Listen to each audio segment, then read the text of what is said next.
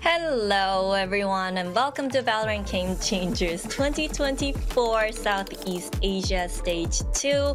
We're on to day 3 of the playoffs, the most important playoffs of the year, I believe, just yet. I'm your host, Jen Lee, and joining me on the desk today will be Quack. Now, Quack, what's it been like? What's it been like? Since I last saw you, it seems like forever. It feels like it's been a while. I know, but here we are back meeting each other online, and you're just dropping a huge bomb. You know, saying that this is going to be such a big day, and it is. Now it's making me nervous because we're going to find out, you know, who are the first two teams to make it through to Game Changers Pacific. I'm making you nervous on purpose, so you keep focused. She keeps doing this. But, I just. But yeah, how have you been, Quack? I've been pretty much fine. You know, Pacific ending was kind of a bit bittersweet. It was always awesome and fun. And then we also have more exciting news because the Champions music video just dropped. We were watching that a little bit. But then now back into today, now we've got big matches coming up. And also I'm just glad that we don't have to do guess and gain anymore. So that's always good for me, I guess. No. We're going to have more guess and gain made by me. But yeah, more Valorant for us. Woohoo! With Game Changers. Today it's great to be back. Definitely stage 1. It was such a blast. Now we got 8 teams in the mix with a little bit of roster shuffle here and there. Some teams with different players coming together from different teams. Some of the players, it's definitely a new big stage for them to perform in. You know, but things are getting more and more competitive as we move on to stage 2. But you know, seeing you here makes me miss Victoria, so here's a video format of her voice explaining the format of playoffs. This is the VALORANT Game Changers SEA 2024. There will be 2 stages this year, Stage 1 and Stage 2. There will be an open in each stage and a group stage in Stage 2. The top 4 winners of Stage 1 will be seeded into Stage 2's group stage. The opens for Stage 1 will be held from the 26th to the 29th of March, and the playoffs will be from April 1st to the 5th. The opens for Stage 2 will be held in early July, followed by the group stage and playoffs. In Stage 1 Open, the top 8 teams will proceed to playoffs, and the top 4 teams will be seeded into the group stage of Stage 2. Stage 1 has a total prize pool of $10,000. In Stage 2 Open, the top 12 teams and the top 4 from Stage 1 playoffs will be seeded into group stage. The group stage consists of 4 teams of 4, and the top 2 teams of each group will proceed to playoffs. Stage 2 has a $10,000 prize pool. Visit gamechangers.fsl.gg for more information for Valorant Game Changers SEA 2024.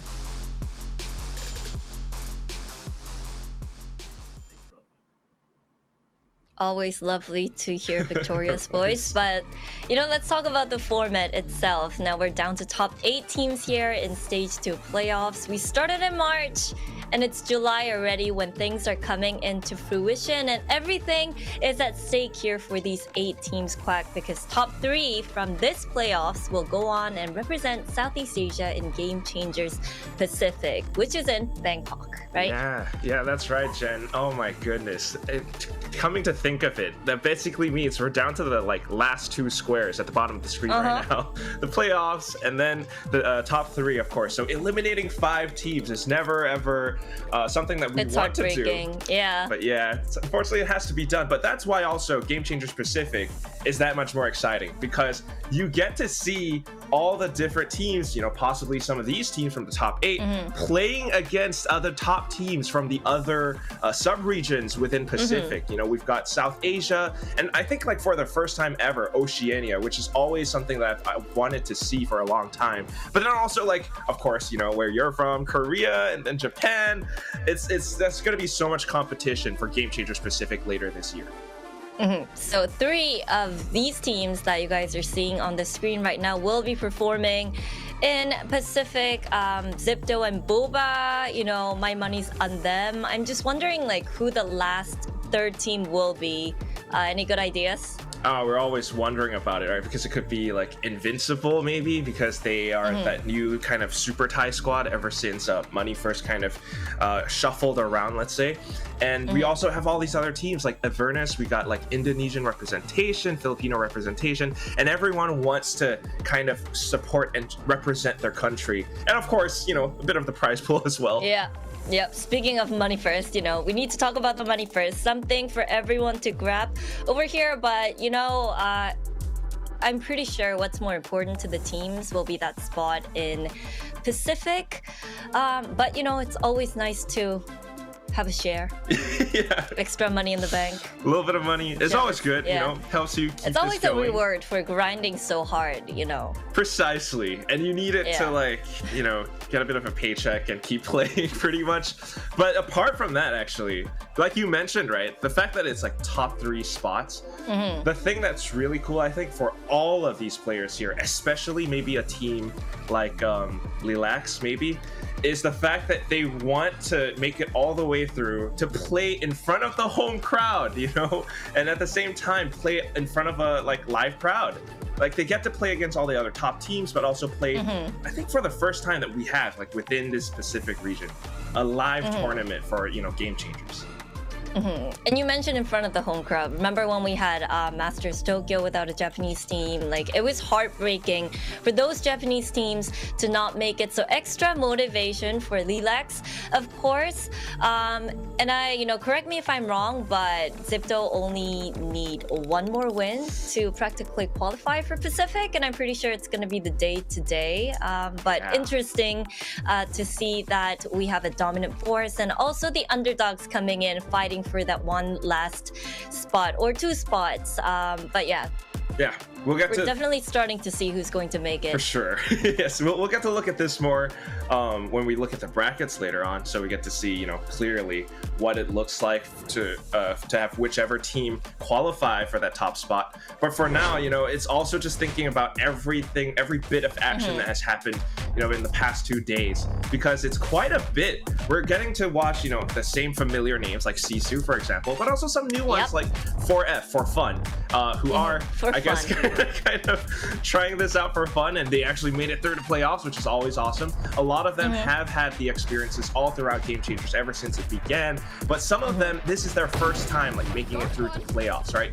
And then for a team like Sisu, they want to actually make it all the way through. They've always been in the action, in the thick of it, but they may be sometimes not consistently making it through the playoffs, or maybe sometimes not able to make a deep enough run. So you get to see how much they've grown truly all throughout. And even just looking at yesterday's game, it looks like, you know, the whole team for Sisu, everyone's feeling comfortable with their teamwork, playing as a unit. I mean, the stats that they were putting up, it was just crazy. For sure. I mean, they're starting to show that they are more capable. You can see that they're actually trying out new things, like playing according to the new patch that we have, the agent changes. Sawamura playing onto the Neon now, which is always fun to watch. And also, I guess Avernus has a couple of sheriff shots going in. But yeah, it was just you know, like a lot of awes watching them play, especially like Sawamura, you mentioned on that Neon too. So in the 2 maps that they played, it was like plus 20 the stats for her. And Graham's always, you know, my idol. Yeah, we always have like everyone feeling comfortable too. Yeah, a couple of players that we want to keep our eyes on. But I think you and I can agree on this, right? For sure, one of the teams to look out for is always going to be Bova, just because of how strong and how dominant they are. I mean, they actually had 13-5 and 13-3 up against Avernus Esports just yesterday. Yeah, so that's how the upper quarterfinals yesterday went down. We saw the highlight of what happened yesterday. Quick 2-0 matches, of course, but let's take a look at the bracket because today we have 4 teams going up against each other. Now, what are we in for, Quack? Yeah, that's basically one of the... This is why I'm nervous for today. This is why I can't get my words together. It's because this is the upper semifinals now. And whichever team makes it through to the upper finals, whether it's XIPTO or Invincible or Sisu or Boba, those will be the top 2 teams, and basically they'll already be qualified for Game Changers Pacific. And that's what we are all, you know, looking forward to finding out today. I mean, for those 4 teams, they just need to win this one to make it to Pacific practically. So everyone will be putting their best performance for today's game. Now, here are the schedules for today. We have XIPTO versus Invincible GC, Sisu versus Boba. Now, let's talk about the first game, because XIPTO, they've always been, you know, the former SMG roster. They were the Mount Everest for every team to climb. And it looks like Invincible are going to have a little bit of a tough time trying to get a win out of this match. Tough time. Tough time is like an understatement, Jen. Tough time is like, you got Mount Everest is right at the top, and then tough time is like right at the bottom. Well, climbing Mount Everest is a tough time. It's a difficult time, but yeah. It really is. It's so it's so hard to really face off against a team like XIPTO, because you're basically playing against, I don't know, I guess like Gen G right now, right? They're the Gen G of SEA. I know. They need no introduction, basically, because they've made it through last year when they were Team SMG, and also qualifying for that, you know, championship game in Berlin. But then also this year when they played in Stage 1 under this new name, XIPTO Esports, with a, you know, a tiny roster shuffle here and there, they have just dominated every single game. They haven't dropped a single map. A single map, a single game, nothing whatsoever. And every bit of their scoreline is just so like one-sided, right? So I dominant. think the most rounds that they gave away was like 4. Oh my god, maximum. is it just 4? Yeah.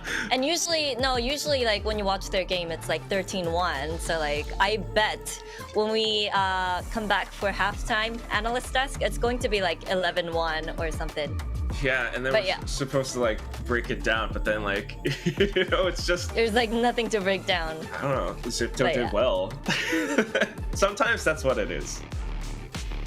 Okay, so speaking of the dominant force, let's talk about each and every one of these players from XIPTO. Ineri had a great day yesterday, Tara as well, Alexi always fragging. You know, there's not a weak link on this team, and that's what makes them so invincible. Not at all, exactly. Every single one of them are always capable of fragging out, but they also perform their job to perfection. I think that's the biggest thing for this team, is the fact that it's been kind of consistent and drilled into them that they just do what they do. And at the same time, you know, a couple of these players, I say a couple, but there's really a lot of them, are just that mechanically gifted. And that's truly the main reason why they're able to perform that well.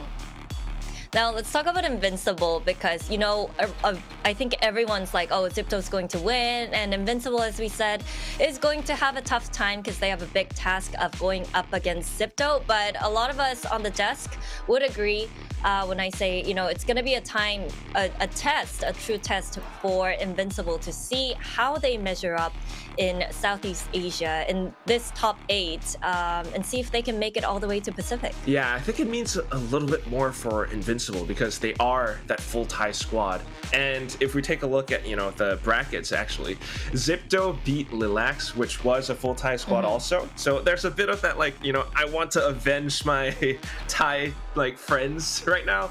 But at the same time, the main thing about this squad is they've been around the block. They have been in so many different like Thai teams. There have been roster shuffles around, but some of them are the most experienced one in all of Thailand for Game Changers because they've been a part of teams like Neons, which was a team that made a pretty deep run in for playoffs and last chance qualifiers last year. And also Money First, they've got a bit of experience there, which is, you know, it's the squad that was led by Ginny, who's like a very big, very famous Thai Game Changers player. So they have a lot of experience, but the question is that going to be enough for them to challenge XIPTO? Especially when with XIPTO, one more win and then they're in Pacific. They're going to be extra motivated to just get it out of the way. But let's take a look at the players to watch. It will be Tara and Izzy. That's right, these two names. Tara, I don't think she really needs much of an introduction. She's been around since like forever because she's been in before like Team SMG was even a thing. Like that was the first top team in all of Game Changers, which was, well, Alter Ego Celeste, but ever now we're changing jerseys all around the place. But she's always been that, you know, confident and that strong and that stable for her team. She's often the sort of IGL, playing the sentinel role, or you know, maybe sometimes flexing to a controller, but she's always able to frag out and make the calls for her team. She's always steady and she doesn't like ever freak out too much. But, you know, she has kind of retired a little bit and then came back to the game. So there might be a bit of rust like starting to shake off, but otherwise she's actually fitting into the team like a glove. The more interesting one that we have to focus on is actually Izzy, because Izzy is actually one of the newer players for Invincible. That's the interesting part, because I was talking about how everyone's like a veteran. Izzy recently joined in and she isn't quite as familiar with everyone else, but she's still able to play down that sentinel role. So there's a contrast in terms of the experience these two players have. Let's talk about Alexi, because, you know, she frags. Yeah, she frags for sure, Jen. That was my inner Sasha, sorry. She frags. A little bit sassy. She knows how to shoot. I mean, yeah, right? Because, like, we don't really need to say all that much. I think the numbers on the screen tell you basically everything. How often do you get to see a player with an average of like 310 ACS? Yeah. Or even like 2.8 KDA, Jen? And the thing is, she doesn't really need like all the support from her teammates to create that space and get those stats. She can do it by herself. She Not really a lot of is that good. investment required. it's that crazy because she's like, you know, always playing alongside her team, and she just provides that much firepower. Yesterday alone in her match against Lee Lax, she had 11 first kills, only 3 deaths. 11 first kills. That's like, yeah, it's hard to DFMD. lose when your duelists do that, but yeah. Yeah, exactly. So the next person that we have, I guess, to match up against that Jen has to be Angela Luffy. And well, no wait, Angela Luffy. I get confused with the Angela bit. But yeah, I mean, to make it easier, we'll just say that she's, you know, Angela. But she is that duelist player for Invincible GC, and she sometimes flexes between the Raze and the Jet depending on the map. But she's also someone who's capable of getting those first kills and performing that well. The only thing is she needs to, you know, be able to sustain herself that much more if she is to play against a squad like XIPTO Esports. If she just dives in and dies right away, you know, then that's not really what you want to have. I mean, it's kind of intimidating when the duelist on the other side is like dropping 11 first kills, and you know, it's up to you to get that many kills and kind of, you know, be that duelist that the team needs going up against team like XIPTO. It's going to be very stressful for Angela, but hopefully she stays consistent and maybe she can have a pop-off matchup. Hopefully we get a tight duelist battle between them. But it's hard to see XIPTO losing because, you know, like when it comes to map vetoes, it doesn't really matter for them. Oh my gosh, it doesn't. It really just feels like this is gonna be like that painful of a match because of how strong XIPTO really are, and I think this is why. 100%, 100%. This is exactly what my mom wanted on my report card. Yeah. No, that too. But yeah, this is what like you would like to see when you're a team. It's just there's no weak map. Every map is very strong. So when it comes to the opponents, you know, going for the map veto, it's really hard to strategize because they're strong on all maps. It's definitely a mammoth task. Because they haven't dropped a single map. That's just the facts of it right now. Surely they are challenged on, you know, some maps a little bit more, but you know. But they still win. Yeah, so when it comes to Invincible GC, we did not see a lot of maps from them. It's only Lotus, Ascent, and Sunset.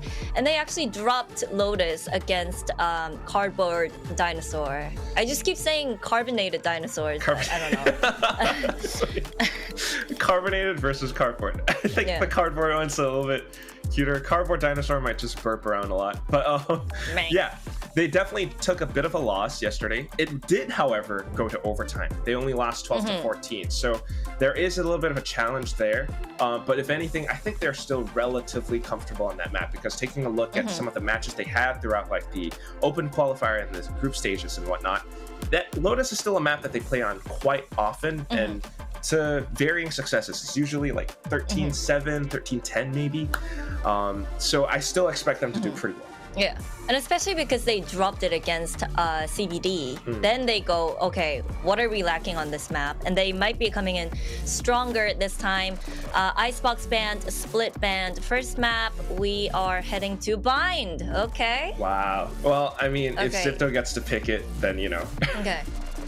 Lotus, I'm actually surprised. Am I surprised? No, it's gonna be a really good match on Lotus. I think so. See if Invincible kind of, you know, tweak their Lotus a little bit. Decider map's going to be Ascent. But do we really see today going all the way to Ascent? Guessing game? If it does go to Ascent, I mean, oh my god, why we gotta bring up guessing game? I'm like forever wood rank, so whatever I say just doesn't bear any... it's not credible anymore. But no, I feel like if we do go to Ascent, it's because Invincible wanted their own map pick of Lotus. That is what it all comes down to. All of these are basically it's just comfort picks for both teams. And let's talk about the agents as well. I feel like XIPTO just pulls out like the craziest comp whenever they want, just because they can. They do definitely. And it does not really matter which agent that they play. So it will be very difficult for Invincible to get a good read on them. And also they're kind of like, XIPTO's kind of like Paper X. It's like you see it coming and you have a good read on them, but it's like there's nothing you can do. So what are they going to do on Bind? Yeah, I'm really glad that you brought that up. Bind is going to be an interesting one because it is one of XIPTO's, most comfortable maps, especially when they were Team SMG. Now they might have a newer roster, but I'm glad that you brought up the PaperX comparison because they do feel like a team that is just that formidable. They have that double duelist composition with Alexi alongside Inari, and sometimes when they are just that strong, Jen's already like, oh my nightmare. God, to play against them. The pacing that you have to match, it just feels like a PaperX game because they're constantly, relentlessly rushing against their opponents, and they're just that capable of making those rounds happen because they are that good, that sharp.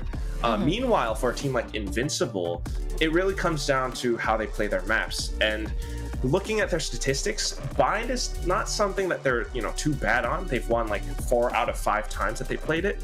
However, it's playing against XIPTO, so you still need that extra step to really make sure that you have like a secure win. And the thing is, it's like, I'm glad you mentioned pace, because when you're facing a team like XIPTO, then you can never be in control of the pace, and you can never be in control of what's going on in the game, so it will be kind of frustrating. And I'm pretty sure Invincible are aware, and we're gonna have to see how they deal with that. Do they slow them down? Do they stay back? Or they just fight fire with fire? I think they're kind of gonna bank a lot of it onto Lotus. I feel like on a map like Bind, you kind of want to slow them down, especially if you get to start on the defensive side, because that's where there are a lot of tricky corners, and especially with the way that Invincible plays their Bind. They run the double controller, Clove alongside Omen. You might be able to, pinch your opponents, especially if you have like a kind of a specific timing or a lineup for the Clove Metal plus Paint Shells combo. That is something that could deny a lot of spike plants if they are playing on the defensive side. So needing to be able to read a lot of these tendencies and to have counter strats available just to take down XIPTO for a couple, not just a couple of rounds, they might be able to find that lead that way. All right, now, I know you hate guessing game, but we have to guess. We handed in our predictions, and it's time to see them. Yeah, let's and this one, it's not that hard. Yeah, actually, all be radiant. Yes, I feel a little bit more comfortable because we picked the same thing, right, Jen? Yeah. Yeah? Okay, good. But then, Quack, what do I know? I'm just a host. You're the analyst. Not a very good one, I guess. I just yap a lot on the desk. But yeah, no, I mean, that's what it all comes down to. I feel like predictions-wise, looking at how the performances have gone so far, you just cannot not say XIPTO.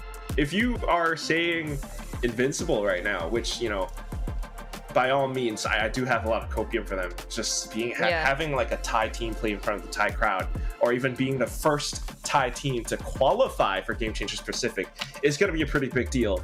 But if I'm to kind of predict for them right now, seeing all the stats that we have from XIPTO, it's going to be XIPTO. It's like I'm trying to pull an Asrai Al-Gaib. But that's not going to happen. Prediction god? Okay, yeah. But yeah, for me, it will be XIPTO 2-1. I mean 2-0. 2-0? 2-0 for you. Yeah? Yeah, actually, that tracks. XIPTO 2-0, yeah. I have never seen... Well, they won every single map. So it's hard to go like all the way to the third map. So I guess, yeah. It does feel like it. It does feel like it. But it will depend on which agents they play.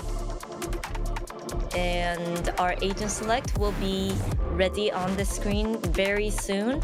Okay, so as you mentioned, no. Wait, what's going on? No, but the deadlock and the cipher on Bind, it's something we see in the Korean challengers, and like, a lot of teams are running it, and it's actually quite very like complicated and sophisticated, but it works very well. But it has to be deadlock with the cipher. It has to be accompanied by something, because deadlock alone, you kind of leave your flank open a little bit. But having deadlock, especially when you have a, I guess a duelist like Alexi, you might be able to entry sites, get the sites down a lot quicker, and as soon as Deadlock plants her post-plant utilities around the entrances to the site, it just makes it that much more difficult for your opponents to retake. So it's very crucial that Invincible GC gets as many attacking rounds in their first half right now with this double controller composition of theirs.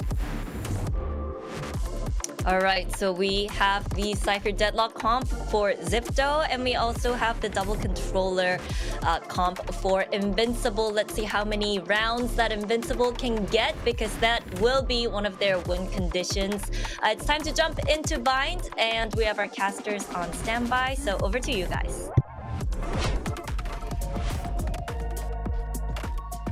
Thank you very much, Jen and Quack. It's a pleasure to be back on Game Changers. My name is Golden. Joined with me here today, not other than Mr. Faiz himself, or aka Realize. Wow. You're the second one who did that. Yeah, yesterday Pilsky did it as well. Realize. But yeah, I'm very happy to be here again for the third time and a streak. And this time with Kaldan, obviously we will be casting one of a banger of a game, especially XIPTO, one of the unbeatable, or rather the most the team that everyone wants to beat, and it seems like now faring against Invincible GC, I think this will be one hell of a match. You could say XIPTO are kind of the real invincible ones in the tournament, going up against Invincible GC. We'll see who is the true immortal team. Yeah, sorry, it's a bit cringe.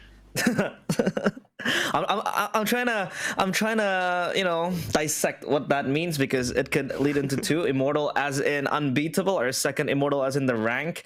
But I think it goes both ways for XIPTO. I'm pretty sure most of the players are Radiant, even far better than immortal, and the fact that they are indeed immortal, because they are unbeatable so far, only losing 13-4, and that is the highest scoreline that they have been beaten on. But look at the lineups now.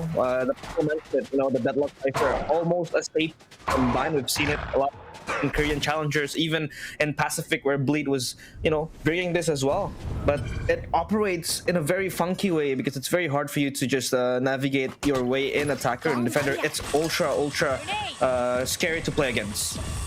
Yeah, well, for the time being, they avoid the Deadlock, and Invincible, they're gonna push into elbow, actually. A flash and a Trailblazer traded out, but they're still gonna push on the issue. Kit Kat with a nice shot. Angela shooting a jumping Caillou, but hey, Invincible, they find themselves a 5v3 advantage now in the post-plant. See what XIPTO can manage. Indeed. Behind the smoke, they hide. As Invincible, they still are invincible. 5 players intact. As Kit Kat is low on HP, but Angela will take the contact. Alexi will punish her for that, beheading her and sending her back to death. Enery looking to make some plays, and she does get the 2 kills now. 2v2, Tara and Enery, the Indonesian duo against Ice and Rosie. Ice gets through the smoke tap, but Enery will try to press the digits and try to defuse this spike. No, Icy has something else to say. As Ice is ice cold, and Invincibles, they get their first pistol round of the series. Yeah, despite the Deadlock barrier mesh being there, it's a little bit different in Stage World. You can shoot right through it, so yeah, it didn't really stop them from spamming through the smoke in that position. And I think this fight here was super cool, very taken by Invincible, right? That's something you don't see too often, where the main fight's happening towards elbow, but still, credit to them. Fantastic pistol round to start things off. Yeah, very good pistol round coming in from Invincible. It looked like they were penetrable, because Enery and Alexi was bringing a lot of kills, trading it back, but still Invincibles, they stand tall. They stand tall so far, but I think there will be quite a clash down in Garden. Looking to flash out from the Dizzy. Caillou next on the chopping block. So is Alexi, down in the hands of Ice.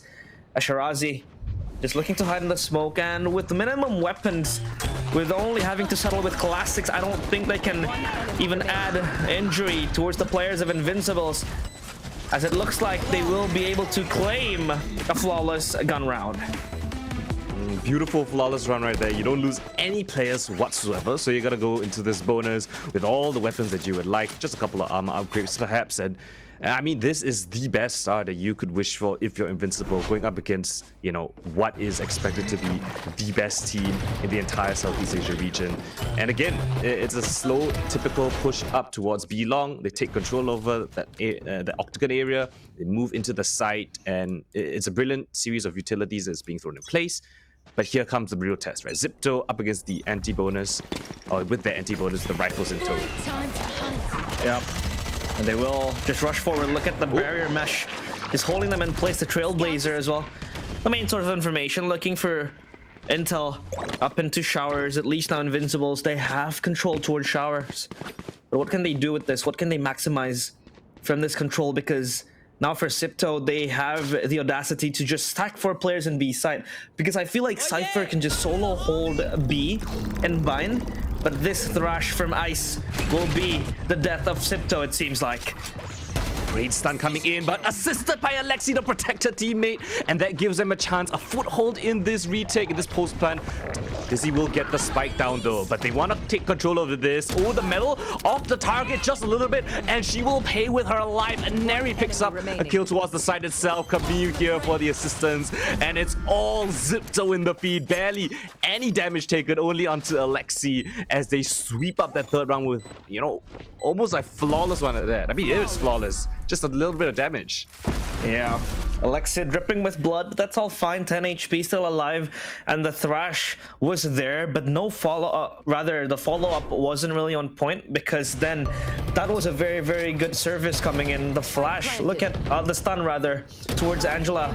The fact that she had to deal with the stun doesn't... it means that she can't really follow up the kill, especially when the detained player had to move back towards back U-Haul. So it's all still good for Invincibles, or rather for XIPTO. And Invincibles now, they have to settle with another gun round. And Neri has the Annihilation available. Her ultimate, Deep Smoke from the Clove, signifies that they really want to push this B-Long position, but XIPTO are going to be playing ahead of things. Yeah, they will try to just Trailblazer again. This is going to be their main tool of information. The Scout and Trailblazers, but oh, Henry faces death, stares it right in her eyes, and gets taken down by Felsi. Meanwhile now, for XIPTO, this is going to be a huge loss, especially that delay power coming in from the sonic sensor from the barrier mesh. It will be coming down into play later on for Invincibles, and seems like they're still taking their time and might just shift their attention towards B again. Yeah, and the Trailblazer will confirm that sees at least 2 players here. And so they're gonna leave most of the players of XIPTO here towards this B side. It's gonna be a tough one to get through. Invincible, here comes the barrage of entry utility. A nice Sky Smoke was just to, you know, buy them a little bit of time. We'll get up the corner, bait it in. Angela does not get a single kill. Camille will just pick up on Felsi as well. And the spike is lost in the middle of the site. Wingman just delivers it straight to XIPTO on a silver platter. And you know, behind this smoke, they have no other piece of map control. They're all stuck here towards long. It should be a clean shutout. Smoke on top of things. Shirazi just sprays them both down through the smoke. Oh, it might be curtains here. Rosie tries to sneak into her own duck cover to potentially grab the spike, but Camille's there to receive, and it's another beautiful round from XIPTO, despite them losing their opening first kill. Yeah. Still a very good recovery coming in from XIPTO, especially having lost Henry in the first encounter here. She was way too brave on that peak without any utility whatsoever. But still, XIPTO, they hold on. And the fact that you still have the Queen, Alexi, you know, she has earned that moniker, you know, bestowed upon her, being the Queen of Game Changers. I feel like she is indeed one of the best players, and she will do light work of the players of Invincibles GC. And B-Long is position of the map that Invincible really like to take, it seems. Always sending that Trailblazer up there, but now they're gonna put the barrier mesh there, and oh, I love how they do it. They put the main ball of the barrier mesh in that corner, so you're forced to creep up close if you want to break it. Flash comes through, and Angela, well, not gonna be the case. No success this time. 2 players playing anti, and we'll just immediately shut it down. Yeah. That anti-flash, you need to play it pretty well and be long. But look at the stacks coming in from XIPTO. There's a lot of ways you can traverse around this composition with the Deadlock Cypher. You can either just 4-stack one side with Deadlock in it, or you can just leave the Cypher alone, or you can have the Deadlock Cypher play one side with all the utilities they have, and then you can have either the Raze with the Sky pushing up forward to win the first lane and get the information. But now, Invincible's GC, they will try to test their luck, tempting fate towards A side. Planning the spike by Ice, but Wingman's down. all failed. The Wingman's down. Ice gets the one tap though towards Terra. Shirazi will present herself with the headshot. The Annihilation doesn't catch anyone, doesn't reel anyone in, but Shirazi still firing in all cylinders as Alexia is there for the backup, and Neri will get Felsi. Rosie is only good for one. Will she be able to get at least one exit frags? Two players are low, but Alexi has something else to say.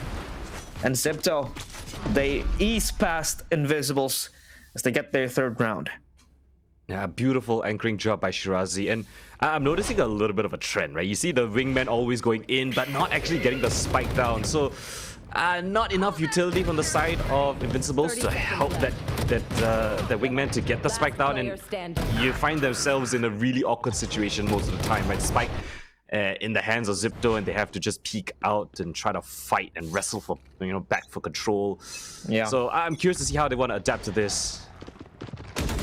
Indeed, adaptation is very important, and I feel like for Invincible's GC, they have to work on this Kit Kat though. The leads Tara on the process, and no smokes, no delays for XIPTO, but there goes the showstopper with the grab net. It connects, but where's the shot? There goes the rocket and misses. And Enery gets Felsi, but Felsi's able to pop. They're not dead yet. Looking to dance away from death, but Enery will be the one picking up on Felsi. Still in a 4-on-4 situation. Yeah, but look at the rotations, right? XIPTO has fully rotated everyone over towards this A site. There is Cypher trips towards B long, or at least hookah, as well as a camera for B long. So XIPTO should have information. Trip's gonna get broken. Yeah, here comes the rotate back from XIPTO, but I don't think they're gonna be able to reach it in time. Invincible should be able to control the entirety of the B site. Especially with the traps already broken down. Wingman set it up for the plant, and this looks like a very strong hold coming in from Invincible's GC, but Rosie gets beheaded and decapitated by Enery with the 4th kill, decimating the players in Invincible's GC, looking for the ace, gets the ace, and the 6th one as well for Enery.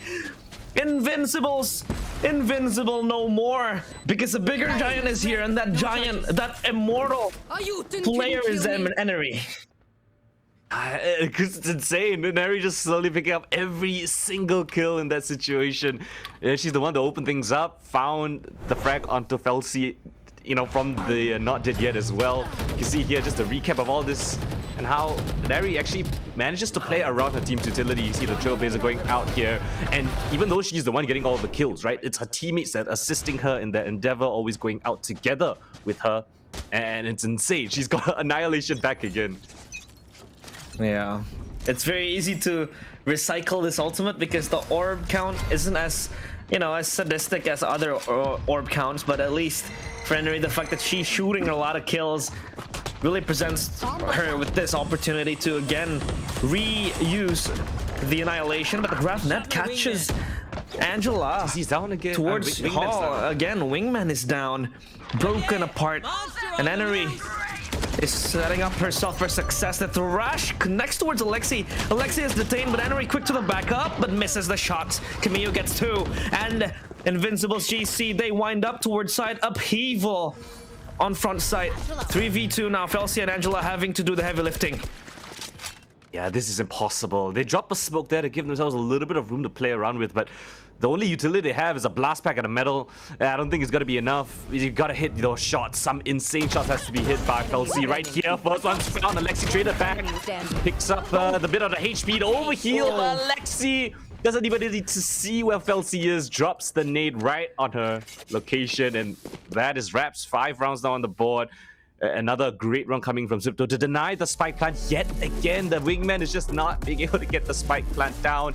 Great pull, plant denial coming in from XIPTO, time and time again. Yeah, Ice always pops the wingman, and the wingman, it feels like never seems to successfully plant the spike because again you have so much delay coming in from XIPTO. The fact that they're brave enough to open up their bodies and then get a few bullets going into the wingman, having it cost to cancel it, and then you also have other oppressive utilities. You have the paint shells, you have the satchel, you also have the Molly from Brimstone. I think that's a very well-rounded, delay that you have. You also have these passive delays, the barrier mesh, the trap wire. So it is very hard for you to traverse around these traps, even in the extent that you have a Raze, because people will always argue that Raze is the counter towards Cypher. But when you have two Sentinels up and running with so much traps you have to deal with, it's a guessing game at that point. Yeah, your trips are definitely not going to be able to get both of the Sentinel utility. And even if you do, you still got the barrier mesh that you kind of have to deal with, depending on where Neri chooses to use it. But again, yeah, they kind of send Wingman in for a bit of a suicide mission. And then whether it's gun spam or utility spam, the XIPTO are so proficient at denying that spike plant down. And this is a map that XIPTO don't really play too often. It is not one of the most picked maps, so I can understand if teams don't really know how to deal with this. This is the first time XIPTO bring in that deadlock as well, right? We saw Boba, have the deadlock on Bind as well. So, maybe the two top teams have some ideas of how they want to abuse this deadlock, this duo agent. But so far, it's been working out really, really well. Yeah, it has been working really well. The fact that XIPTO took that time out after winning the round shows that they are quite unhappy with how they're, playing rounds out. Sure, they get the wins, but sometimes it's a close call. Unless that, aside from that, Enery 6K. Yeah, but a few times, few far in between, I think Invincibles, they were able to liquidate few players of XIPTO. They get 4 kills, and then they're able to run rampant in the side. So yeah, XIPTO, of course, they will look forward to working on that. But as we wait, we have a technical pause. Just waiting, guys, for a brief moment. Yesterday, I had Pilsky sent over to the server room to try to fix it with his screwdrivers and his hammers. Yeah, he's basically our jack of all trades. He fixes everything up. So maybe this time we'll have to call him, but I don't know. We'll have to wait this one out. Yeah, let me just ring up Pilsky. I don't know what time is it for him right now in Australia. I think it's pretty That's late. true. But yeah, we might need him back for this one. But I think in the meantime, Invincible GC, I think they can spend this time to really just think about how they want to approach this, composition, because I don't think it's a comp that a lot of teams are comfortable playing against. Right, playing the deadlock, it's unfamiliar territory, right? So that is one issue that they have to get over with. Another one is just the fact that the XIPTO players are all crazy shooters. I mean, Shirazi was, back when Chamber was a thing, she was a Chamber main. Alexi was a duelist, went to a bit of a initiator duties, back to duelist again, and then Aneri is now kind of playing that flex role. And her mechanics are just so good, and you put her on any different agent, she's still able to put up crazy numbers. So it's a scary prospect, no matter how you want to face it on whatever map. Indeed. I feel like the fact that Enery, she was renowned with her dueling capabilities back then, and she was always spamming the Jet, the Raze. A few times, often than not, we see her playing the Reina, and she was a stellar duelist back in her Celeste days, and now and then she went on to SMG, and then now in XIPTO. She's very great at it, and the fact that she was able to showcase her potential and her skill set in the world stage up against the likes of Team Liquid, and then other teams, especially against Evil Geniuses. If you recall, SMG picking up 4 duelists and yes. Just running on towards EG. That was pretty insane, and the fact that now she's leaning on towards a more flexible role, like how Colden mentioned, just shows to you how good this player really is. She's able to pop a lot of frags with the duelist agents, and then she now racks up 11 kills in 8 rounds with Deadlock. So this flexibility just enables XIPTO to approach their game style in a much more dynamic way, I suppose. You can always let her play anything and she will be delivering in that regard. But we also have to give props to other players from XIPTO, Lexi, consistent on the duelist, consistent on the Raze. And then you have Camille, the ever so supportive teammate with the flashes, the utility. Shirazi, just an iron wall in the back of the site, holding as well. Tara. Now, Tara is a very special case because then you have this experience coming in, because Terra is seen as the mother of these players. You know, she's always there to cradle up upon them. She was the IGL back in the Celeste days, and also in SMG for a brief stint. But yeah, I feel like XIPTO with this current roster, they really have what we call, I think, an all-roundedness towards their roster. Yeah, I mean, I think both of us can go on and on about how crazy the XIPTO team is, and I think we've seen it last year as well when they went to champs and they put on a crazy performance. But I think looking on the other side of things, Invincible GC, it's a team that's kind of gone under the radar for quite a few people, myself included. When I was looking at the group stage of stage 2, I didn't really give them too much notice, but they did put up a crazy performance where they took down Rima, which was a very, kind of a fan favorite back in stage 1. So it was quite surprising, in my opinion, that they were able to take down Rima. They were also able to take down Kaba Dinosaur and Forefront. All those teams pretty decent in their own right, and Forefront and Kaba Dinosaur having players that have been in the scene for quite a long time. So seeing Invincible GC now come into the scene, come into stage 2, win out the initial game up against Kaba Dinosaur. Now I think there's so many players that have potential to really pop off and become staples in the scene. We have Kit Kat. I think she's been a very flexible player. Of course, Felsi, I think she's incredibly sharp as well. Angela, I mean, yes, when was the game? Was it yesterday? She put on a stupid amount of first bloods.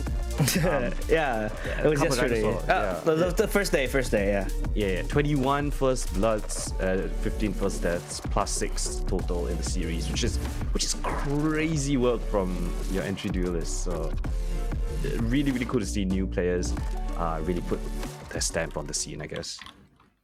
Yeah, indeed. And I've always talked about this as well. This discussion has been happening. We have a lot of regeneration coming in, and I feel like that's a very good thing, because back in the days, back in 2022, 2021, we were exposed to names like Casper, names like Iceberg, these captains, these legends. I'd say legends in the game changers scene. Now we don't see them anymore. Their names already gone. But then you have star players coming in, like how Colden mentioned. These young bloods from Angela, from Kit Kat, and even from other teams. And it seems like our yapping is finally coming to fruition, because we are back in the game. If you want to be a caster, you got to learn how to yap, right? Yeah, that is rule number 1, or at least skill number 1. Number 1 skill, very important. And now, what is more important is for Invincible's GC to at least rack up another round. Angela does have the showstopper, but Camille this time won't show herself, hiding in the hookah area. As they flash in, finding their way inside, Camille still shrouded behind the smoke. As the wingman won't be the one planning, it's gonna be Ice. And the retake coming in now from XIPTO. Oh, the flank coming in from long, and Invincible. Now they're getting a little bit worse for wear. They're trapped within the site. They need to fight for a little bit of control. If not, they don't have access to CT, hookah, or long. They're gonna get pincered upon, and there is the first one. Shirazi coming with the trade, and it's a bloodbath in the site. Easy as you like. XIPTO just clean things up. They got that game plan set, and they just executed to perfection. Every single choke point, coming in XIPTO's favor. Invincible had nowhere to run. Indeed. Very good flank. They're pincered from left, right, and center. You have the flank coming in. You have the Camille. You have Camille and Hookah as the sleeper agent, just waiting to pop off. And Invincible's GC, they had a bigger fish to fry, and the players of XIPTO just came in, guns blazing. So a very good round coming in from XIPTO. Even if they had to play retake, but I guess that's not a problem for them. Now for Invincibles, on the bright side, they got the spike plant, and this time they can rebuy their guns. However, if they lose here, they're forced to another pit of just buying and ecoing for the next few limbos, and that is going to be very hard for them. Now the flash, trying to reveal positions. 2 flashes stacked, layered behind Alexi, just hiding in the smoke, gets caught by Angela, trying to be a smoke criminal, but Kit Kat is the police, and they try to just pop the showstopper right in front, and XIPTO crumbled into pieces as Sight opened as easy as ABC. Shirazi looking to be the clutcher here. But Invincibles, they are invisible this time. Yeah, how does Shirazi want to navigate this? So many corners to look around. It's a default plant spot. They're in towards this elbow position as well. Shirazi going a little bit of a gander. Gonna explore long, but she's been spotted out. Yeah, Rosie, comms comes through. Nice turnaround.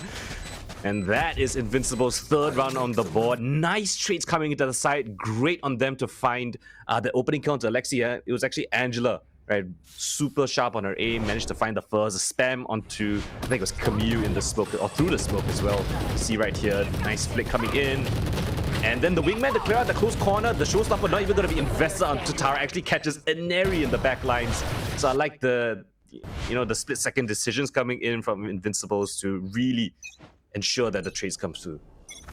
Yeah, very good trades from Invincibles. They were clearing corners. They were, all out with the utility, just making sure they had a lot of information to go with.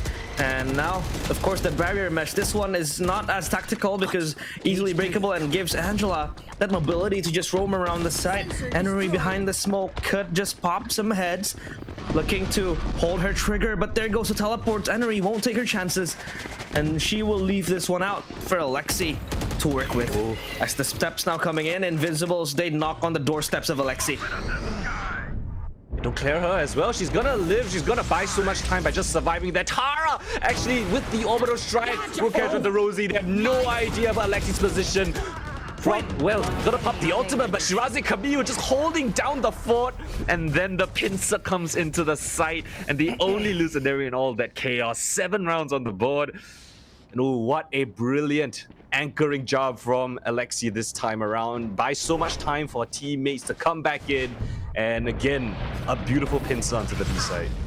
Yeah, very, very good pincers movement, and they also had to commit the orbital strike, but this one from Angela, sadly, I feel like in the best case scenario and in the best world, she was able to at least she could be able to get 2 kills, but alas, yeah, things sometimes don't go your way, and Angela had to settle with that, sadly, this time.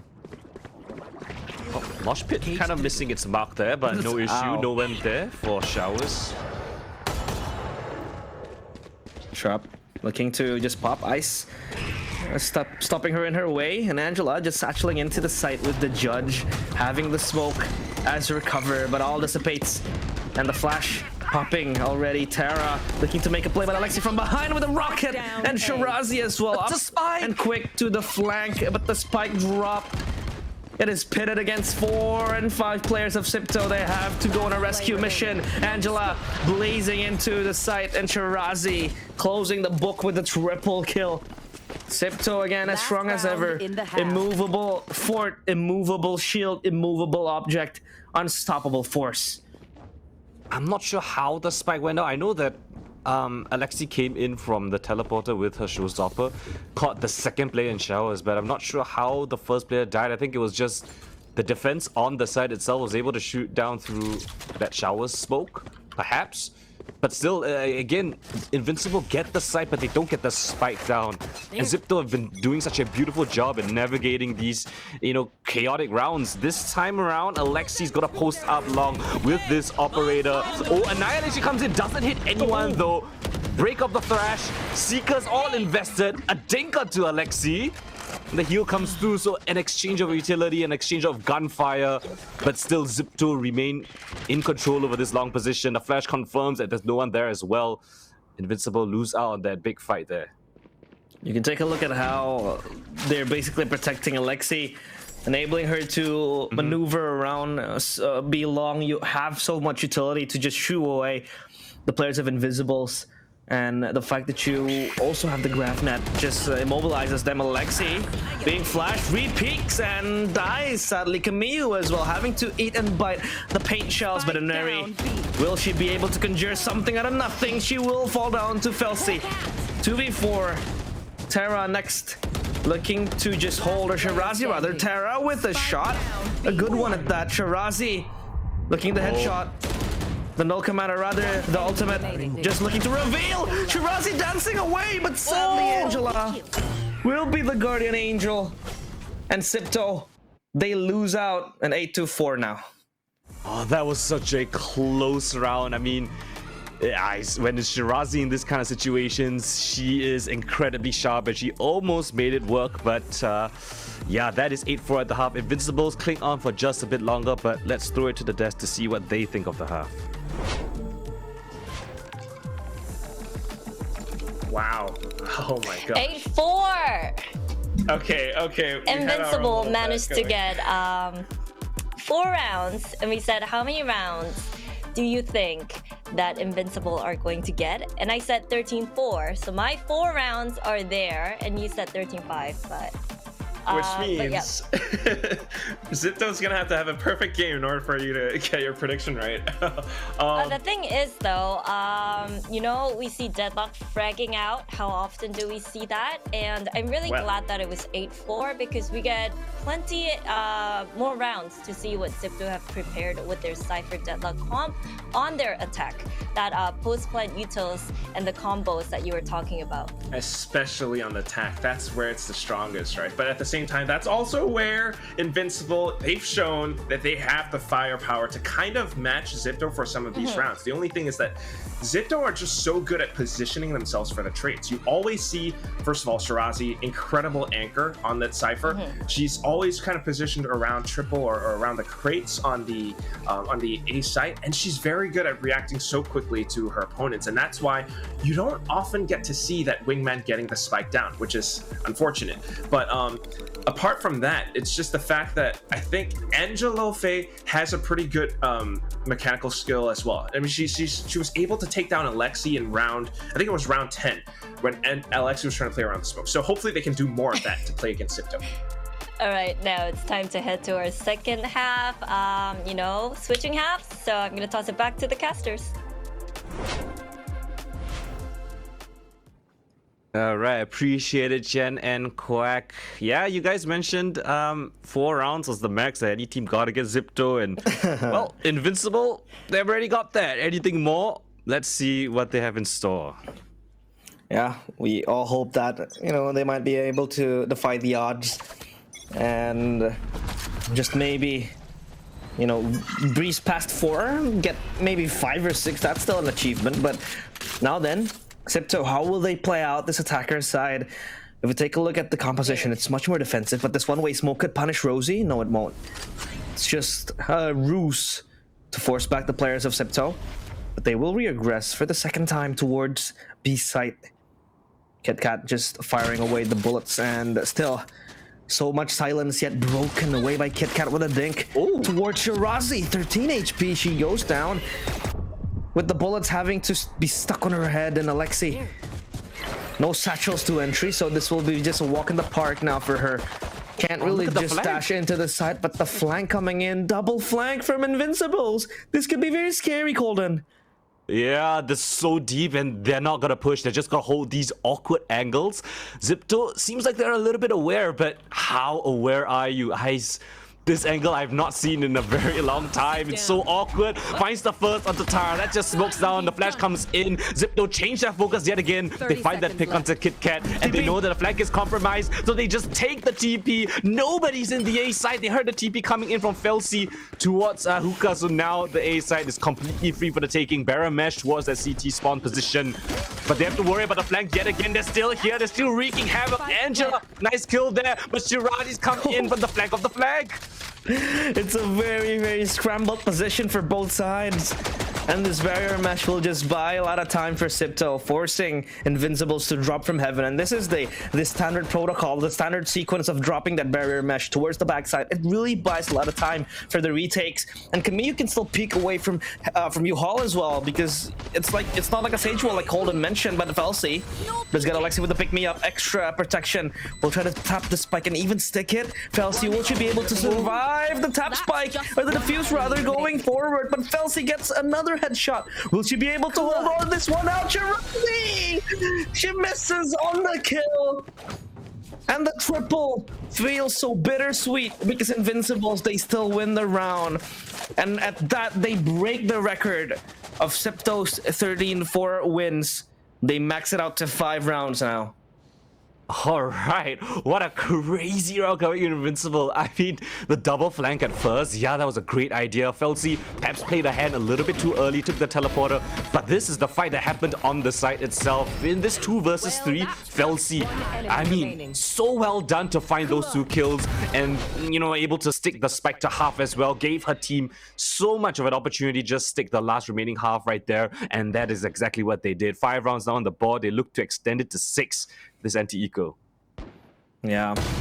This time, holding on to the judges, Kit Kat being dropped by Henry, but before that, she's able to bring one to her with her to the grave, and Henry just being healed with a regrowth really helps her to sustain even other duels she wants to take later on down the road. But Rosie holding off an off angle gets an Henry, and with the Spectre, she's able to just pluck one out again. With a 1-man advantage, of course, Invincibles, they look to not slip this one out, but Terra making a move. Sadly, though, punished by Angela. And the spike is down, all line of sight of the players of Invincibles GC. As Camille will try to cross out, gets the headshot, but the paint shells will take her down. Shirazi, 6-6. With the Sheriff in hand, this is all just a dream. If she really wants to clutch this, she'll have to pull a miracle. A one for us to remember in a very long time. But the cam as well, not supplementing her with enough information, means she has to walk past the smoke. Or maybe just wait until it dissipates, and it does. Shirazi try to peek out. Well, Ice and Felsi looking at the same angle. The headshots come back. Shirazi, there is no way she'll clutch this. Yes, she won't. And for a brief moment, my heart stopped. But Shirazi, the sharpshooter of XIPTO, is just cracking heads. Thankfully, they're for Invincibles. They extend their rounds to 6 wins. I saw a very real reality when that happened. What are these shots? Perfectly Oh my god. on point. But Rosie, I looked at the overlay, and Rosie was on 20 HP, and I was like, oh my gosh, if she just lands a crazy flick. Another 1v3 that almost goes into Shirazi's favor. We saw in the first half as well. You never want to counter her out, but still, that is great damage. Look at the buy for this bonus for Invincible. It's not great. Angela with the only threatening gun, I guess, with the Outlaw. Oh, and it is very threatening. First kill found already. That's a beautiful start to kick things off. Indeed. To get that first kill towards Alexia as well. That's a huge loss, of course.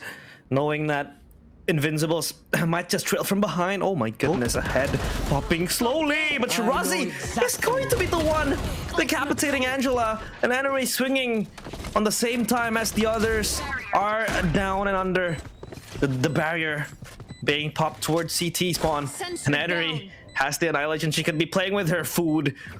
But Invincibles, they're just trying to shred this one down. Henry is just playing around with these players. Henry spraying away. Kit Kat looking for a way inside.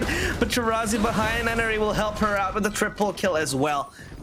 And XIPTO, they finally break away from that 2-round streak from Invincibles GC. I know that Kit Kat was only breaking the small little ore, but it looks so funny with the extra behind the smoke. Yeah. Yeah. I know exactly. But and the kill by Neri on was it Shirazi? No, Shirazi's kill onto Angela. Angela had the Outlaw. We saw it from a POV for a bit, but in the kill feed, I mean, Shirazi was the one who managed to get the kill, which is really difficult, it seems. But still, I mean, this is the XIPTO players. They can pull off crazy shots. Annihilation, as you mentioned, available for Neri, so that could be a very strong ult, especially towards B long. A one-way smoke, which is much more aggressive because now you don't really have the brimstone to play with, so you don't have that extra delay, but you have these kind of smokes that will halt and you know, shoo away the players to not peek instantly. It buys you sometimes, but it's not as punishing as a brim mollies per se or an orbital strike, but still it is something that they can work with now. Henry will be the one spearheading this execute. Has the annihilation. Will she use it now? Looking for a right visible amount of time. And it does get someone cocooned up to the skies. Is Rosie. Will anyone help her? No. But Velsi still able to get the kill, and Rosie finally falls through the annihilation. Triple kill for Henry. The showstopper is there. Henry fishing for more kills, but Shirazi is left as the last woman standing. Standing no more as Ice will again freeze her to death. And Invisibles, they withstand the execute and the rush coming in towards site. I mean, Angela getting 2 kills in that situation. She flies across the screen like a fighter jet with a rocket in her hands. Wow. I mean, look at this. Okay, give it a few more seconds, I guess. Yeah, here we go. Yeah, There it flag is. across the first one, and then the kill onto an area as well. Yeah. Oh, we got it from a POV to super cool. Just, you know, tap strafing left and right. Just the bit of counter strafe right there. Just throw up the aim. Brilliantly done. A crucial round right there. XIPTO now. Money not the best. They need to win this. If not, they're going to be put down on the eco or going to be taken by the Invincible side. But nice shot right there. Takes down the spearhead of Alexi. Oof. That is a very, very important kill as well towards Alexi. She loses her head. So will Shirazi and Camille next on the chopping block. But Henry and Tara, again, the Indonesian duo. Will they be able to just pull something back? A dink towards an Henry, but he will be able to hold on and get the kill. The barrier mesh towards backside. And Angela. Just Angela for the time being. She's by herself. Looking to make a play. The timeout. Or rather, the timing is very, very good for Angela. And Tara will get the kill. Now a 1v2 situation with the spike in hand. Smoke's down. It's technically an isolated 1v1 for the time being. The paranoia comes through. It will hit onto Tara. Ooh, and a lot of chip damage already done through the smoke. KitKat's gonna come in from the long flank. It's a judge though, but I think it still might be able to do the work. 30 HP to Tara's name. Has the incendiary, but it's gonna be rough using it from this position. He's going to be playing it in U-Haul. That is an unconventional spot for this plant. Finds a great timing. Rosie backs turn. That's the first. One more to find. Is the judge in long range as well? How does this work? The smoke comes in, and so does the incendiary. I think it should be good for the mark. Yeah, it will push KitKat off. She has to respect it, but it's already ticked down to half. And as the spike ticks down even lower, KitKat just resigns to her fate. Tara with the 1v2 clutch. And somehow XIPTO gets away with yet another round. Wait, what? She re-stepped again towards the molly, or the incendiary rather, from Brimstone and from Tara. And that is a very good clutch coming in again. Pulling magic back-to-backs. Henry and Tara in tandem. But this was so good from Angela, holding so much ground and also dropping the spike. But Tara just catches Rosie, oblivious of what's happened. And Tara with the triple kill and the clutch is so good.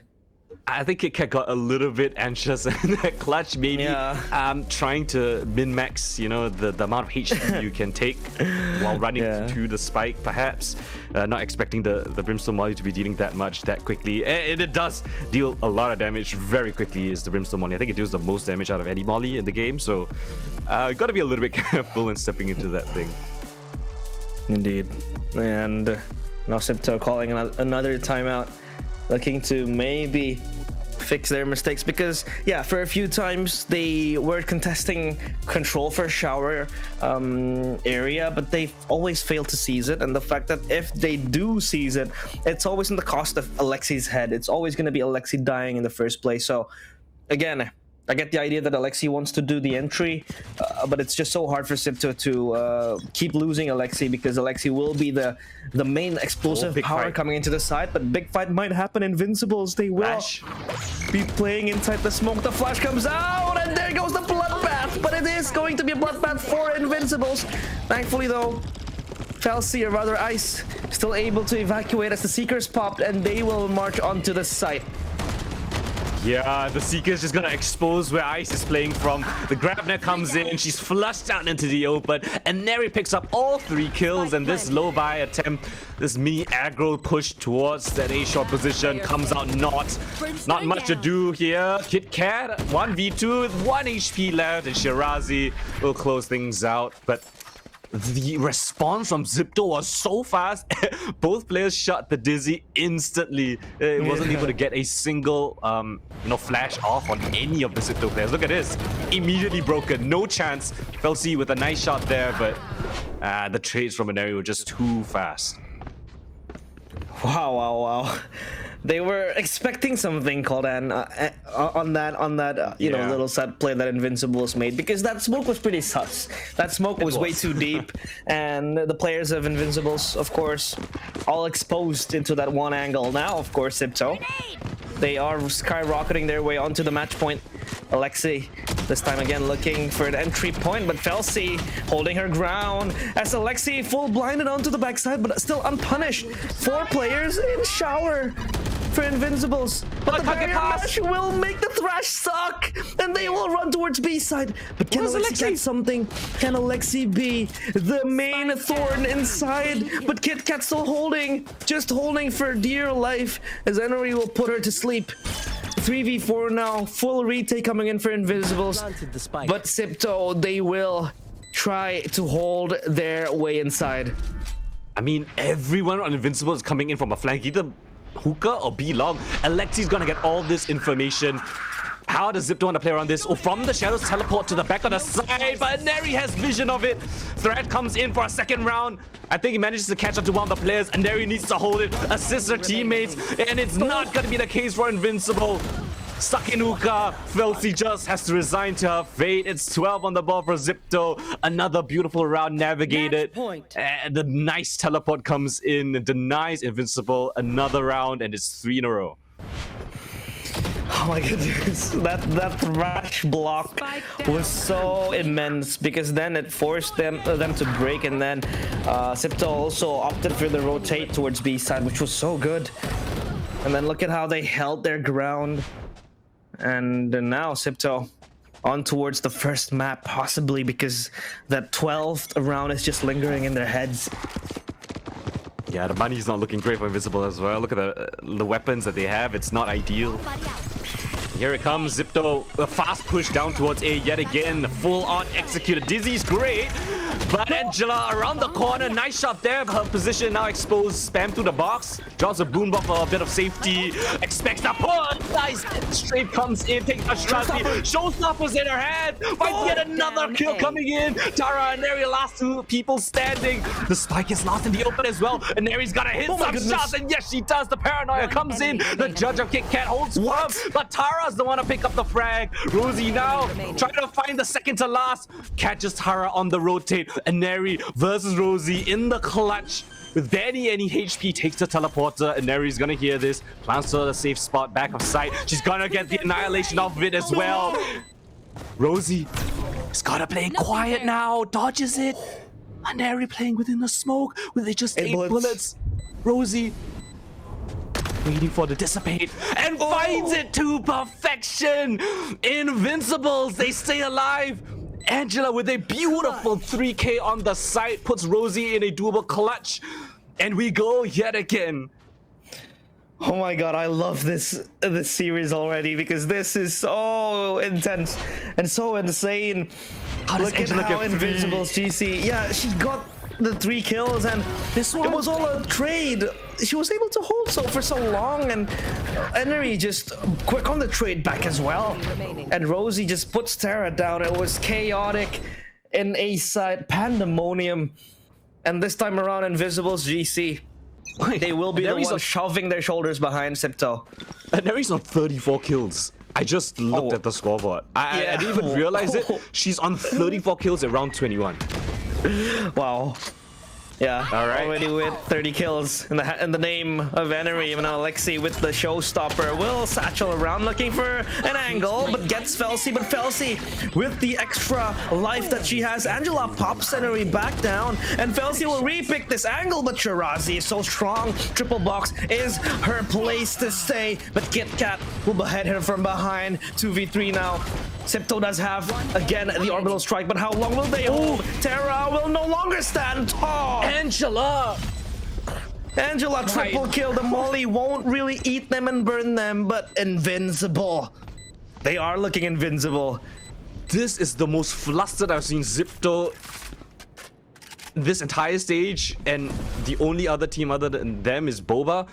This is the most tested I've seen XIPTO outside of Boba in this entire year. Wow. This is just insane. Invincibles, they're giving one hell of a good fight. I'm at a loss of words as to how insane they're playing and holding this down. Maybe we can make a case of how XIPTO is struggling with the composition they have, because they have that single entry only in the hands of Alexi. But if Alexi does die, then how longer can they hold? And the fact that now Invincibles, they are looking for that 11th round, because look at XIPTO now. Their bye is devastating, and this is going to be agonizingly close. And Invincibles, they're stacking 3 players up in hookah. But the combo though, might catch can get. Oh, Shirazi! Oh, with the bullet, and Alexi just opened this up with her towards the B site. Gets the Vandal on her hand, and Invincibles GC, they might be trying to get up close and personal with this retake. Look at this barrier mesh though. This will just buy them a lot of time and also reveal their positions with the gun sounds. Smoke. But XIPTO, their angles are way too tight. Their angles are way too strong. Alexi still has a satchel to remove the potential of a movement coming in. Alexi! Tarantula rather gets taken down with the triple kill for Alexi, looking for the quad now. And it's Ice running for the hills, no longer having anything to hold on to. Invincibles were testing their limits, and their limit is XIPTO Esports. Oh, they tried so tough, but it's the eco that does them in. The beautiful util that came in, the Gravnet together with the page shells forced the players to jump out of hookah or die to that combo, and Shirazi was more than ready, crept up towards B Long, got that kill in, and that was just it, right? Just 2 instant entries into the B site, just got them access to it. And there was just no access for the rest of the Invincible squad. So despite them putting up such a great fight, XIPTO still pulled out ahead. I think that first half was just too much of a lead going in. Yeah, I can imagine a world where maybe Invincibles GC might get that overtime if they didn't lose so many rounds the first half. And yeah, it's another story to tell, and we will move on to map 2.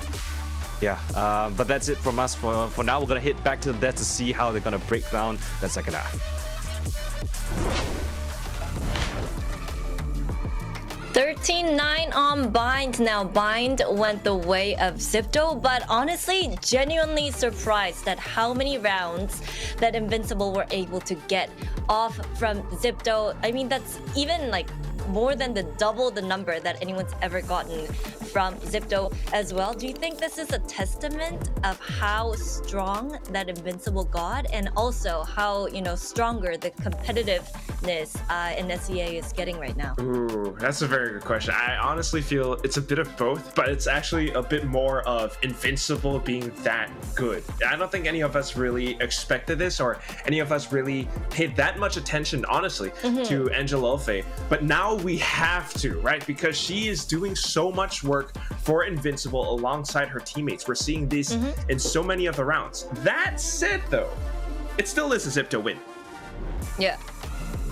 I mean, Aneri, 35 kills. Yeah. 421 ACS? Yeah, that's crazy. I think part of that is due to the fact that she got she got a 6k ace in round 6 or 7, which was already insane. It wasn't as though her opponents were on just like an ego or anything, but she really was able to play around her teammates and take advantageous duels against her opponents, resulting in such a high KD. Yes, that is undoubtedly one of the biggest factors to why XIPTO won this map, but also Shirazi as the anchor, and so much that XIPTO were doing. In round 17, there was a moment where, round 19, there was a moment where actually Invincible was going up against them in a 3v4 retake. And XIPTO were down in numbers, but because XIPTO were just holding things down, having the patience to watch some of the angles, they ultimately eliminated every single person from Invincible as they approached through B Long. That was when I think Ice was throwing in a thrash and everything, but Shirazi managed to avoid it. So that was awesome. But clearly you can see Invincible has the firepower to match XIPTO. Yeah. 14 first kills. That's right. And then XIPTO still wins. Yeah, unfortunately. but the fact that, because we talked about when we had the player head-to-head and players to watch, we had XIPTO players getting 11 first kills, doing so much for their team. but you know, it looks like the script was flipped for the first kills. Invincible with a lot of fragging power and also the firepower as well. Oh, this was, you know, all over the place. Yeah, it looks a little bit all over the place, but actually looking at where the red spots are, you can clearly see, especially on the A side, that's where the spike was. I think that's where a lot of times, unfortunately, Invincible kind of dropped down, and that's where XIPTO got a lot of kills. But at the same time, around Garden and the back of B side, that's where a lot of these fights happened, because we had that deadlock Cypher composition. That's how they managed to really turn things around, because you see so many times that barrier mash blocks XIPTO off, blocks Invincible off so much that they have to find alternate routes, and it's always very tricky for them to find retakes. I will say though, in some of these rounds, they were really good at actually taking fights head on against XIPTO, just because of how Angelofe is not afraid to peek out against them. And that's something that's, you know, a good thing, a very positive aspect to look forward to when it comes to your duelist, right, on the team. But Aneri, as we saw on the heat map, XIPTO had 95 kills, and Aneri alone had 35. That's more than 1/3. She was doing so much and was on point. Headshot percentage, almost 30%. That's Without crazy. a doubt. I mean, this is like straying away a little bit from XIPTO Esports' usual playbook, which is the double duelist and Ari as the secondary duelist. But now even as the Sentinel, she's basically a duelist. So Yep.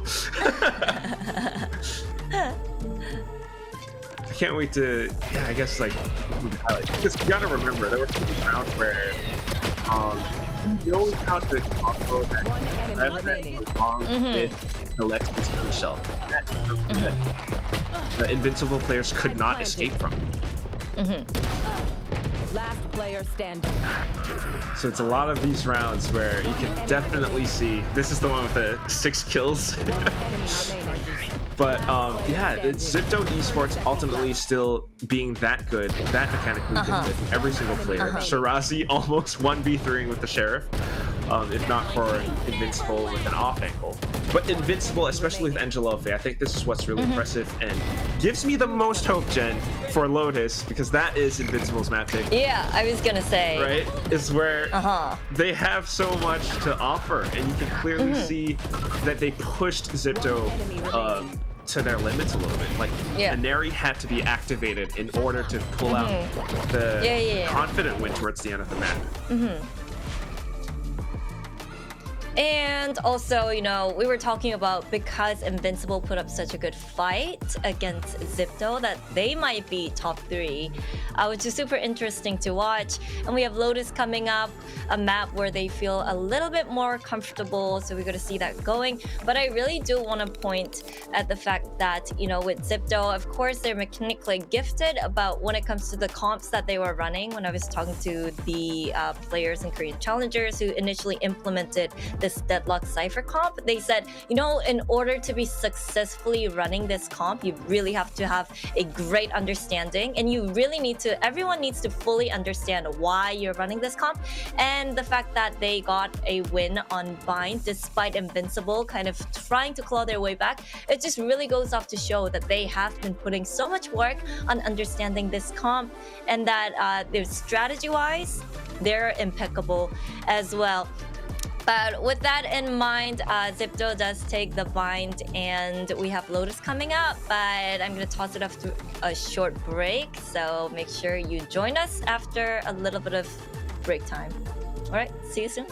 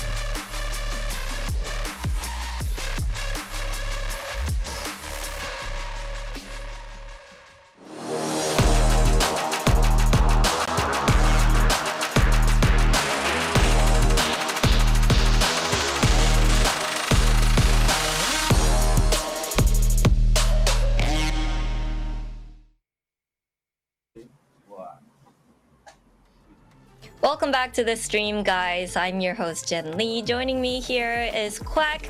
Now, we're getting ready to jump into Lotus because Bind ended in XIPTO's way 13-9. But I don't think Invincible should treat that as a loss, though. It's definitely a good game, and they've shown so much, proved so much on that map alone, right, Quack? For sure. They were showing that they were able to take fights against XIPTO, and they were able to withstand those fights against XIPTO because they didn't drop too far off. They actually had pretty good statistics and a pretty good good score line against XIPTO Esports. If it wasn't for Inari, you know. And that's 6K. But yeah. But both teams, you know, showing really good games and performing very well. It looks like everyone is kind of feeling it, and Lotus is kind of anyone's game at this point. Interesting, because Lotus is actually Invincible's map pick, but 13-9. I mean, I'm genuinely still surprised at the fact that Invincible were able to get 9 rounds off of XIPTO. I don't think that record's going to break for a long time. At least in SEA, right? At least in SEA, surely. You never quite know what's going to happen. I mean, who knows how Boba might play in the future matches as well. But looking at this for now, it's the fact that Lotus is Invincible's map pick. They have a very specific composition that they've been running for quite a while, consistently in all their previous games. And also the fact that they're starting out on the defensive side. Okay, so talk to me about the comp that they run. Okay, so I think you and I are very familiar with this composition. It's one of the more meta or optimal ones that we see at the very least in Pacific for sure, where you run the Viper alongside an Omen, and then you also have the Raze Fade combo alongside with at least one Sentinel, so that's going to be Killjoy for Invincible. And this is the one that Genji kind of runs. Yeah, the Genji comp. That's pretty much it. When you started out on the defensive side, and if you know how to control the map that well, it can be a very, very strong, very oppressive composition.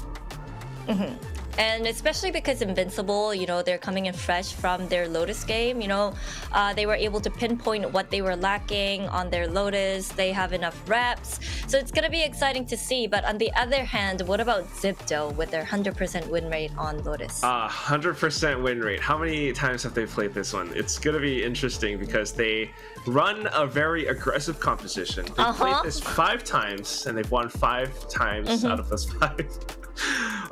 And they run like, my god, it's double duelist with like a Sky instead of, you know, a Fade. So you have the Cypher alongside an Omen that gives you a little bit more control, but then it's also the Raze and the Reyna, which seems a bit crazy, seems a bit chaotic, seems like a certain team that we know that likes to hold down the WP. The comparison is still there. It really is just fresh For in our Lotus, minds. yeah. But you know, it's XIPTO. It doesn't really matter which Asian that they pick. They're still fragging, and they still, you know, win the map. So we have to wait and see. But because they are just 1 map away from making it to Bangkok, do you think they're gonna come up with, you know, maybe more standardized comp? Less risky? I think they might have to, actually. I don't know. I mean, for a team like Invincible, it seems like they are already kind of set in their ways and they're pretty good at what they do.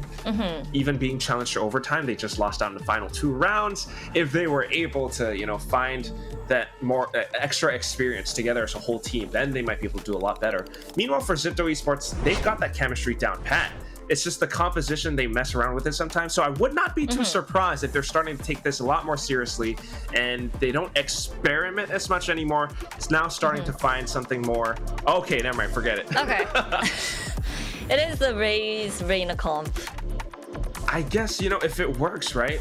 Invincible. Yeah, if it works, why change it? If it's not broken, why fix it? We're always thinking about, you know, whether or not the Sky is something that has been phased out. But when it goes alongside the Reyna, you can see why they're trying to run this, because they want to kind of layer and stack on with the Leer and the flashes together so that you can get so much more space and be that aggressive with it. And it works for a team like XIPTO Esports because they have the mechanical skills to, back that up. The only thing is, if Invincible can actually stagger them and slow them down alongside their pushes, then you're going to be looking at a whole different scoreline. So Invincible starting things out on the defensive side, they need to be able to control that space, make use of their snake bites, their toxic screens, and Rosie has to be able to, pivot around sites quickly in order to nail down some of these players. I think that's going to be an even bigger task, especially when we had Neri fired up from map 1. So, a lot of things that Invincible should consider, and they definitely, I think Invincible kind of feel like, we can do this, guys. Look how well we performed on Bind. So we both have those kind of momentum carrying forward onto Lotus from both teams. So we'll have to wait and see what goes on Lotus. I'm going to toss it over to our casters. So casters, take us through Lotus. Thank you, Jen, Lee, and of course Quack. Now we are going to go into Lotus. So yesterday, as this is going to be the pick of Invincible's GC, they actually lost this map pick against Cardboard Dinosaurs, but then they were able to pull back and then win the entire series. But for Lotus now, especially for XIPTO, they have a much more aggressive approach towards this map. Yeah, I mean, this is a map that they seem to be very comfortable on for Invincible, and they've got quite a bit of reps on it. On the other side of things, I think XIPTO, yeah, they are running the exact same comp that they did the last time, but it was about 3 months ago. So going into the matchup here today, there is a little bit of role change. The agents are the same, but the people playing them are different. So last time when they played, Alexi was on the Raze and Neri's on the Reyna. Now they've swapped. Shirazi was on the Omen, Tara was on the Cypher. They've swapped. So small little changes here and there. Maybe, coming depending on how comfortable they are on the agent, what roles they need to play. This small little change, might just serve them enough to, win out this map in a convincing fashion. Indeed, for XIPTO, I guess, yeah, what Colton has said is much true, because I don't know what it is with XIPTO, but they really like to roll the roles and kind of swap them around the players. And I feel like that kind of shows that they have a depth onto their agent pools, and everyone can play whatever. Right? Yeah, experimenting, maybe just trying to find their groove and what's the most fitting agent for a player, the one that they will settle with. But of course, Alexi will still be spearhead alongside Henry in some of the ways. Will take the fight onto XIPTO's face. Rosie gets Camille, so does Alexi fall as well. But Henry able to respond with a 1 kill of herself. KitKat with 2. Oh, Henry! Triple kill and a 1v1 now. KitKat against Henry. 10 HP. She has to stem the bleeding. Bandaged up. Unable to do just that. But KitKat will guess this. She doesn't want to chance it. And Henry will plant the spike on towards Bend. A retake. 1v1 situation for KitKat. And there he has the paint shells, but with not much else to work around with. She needs to pop a bit of info. Oh yeah, the audio steps. This is a perfect position. There's no way KitKat's gonna clear it unless she will. Gotta be a full clear though. Spots around. What? Brilliant work coming in from KitKat. The awareness, the peace of mind to check every single nook and cranny, and a 3k in return. But it's KitKat's for the taking. Oh my, she actually checked the angle. I had a second thought, I wouldn't have checked that. Yeah.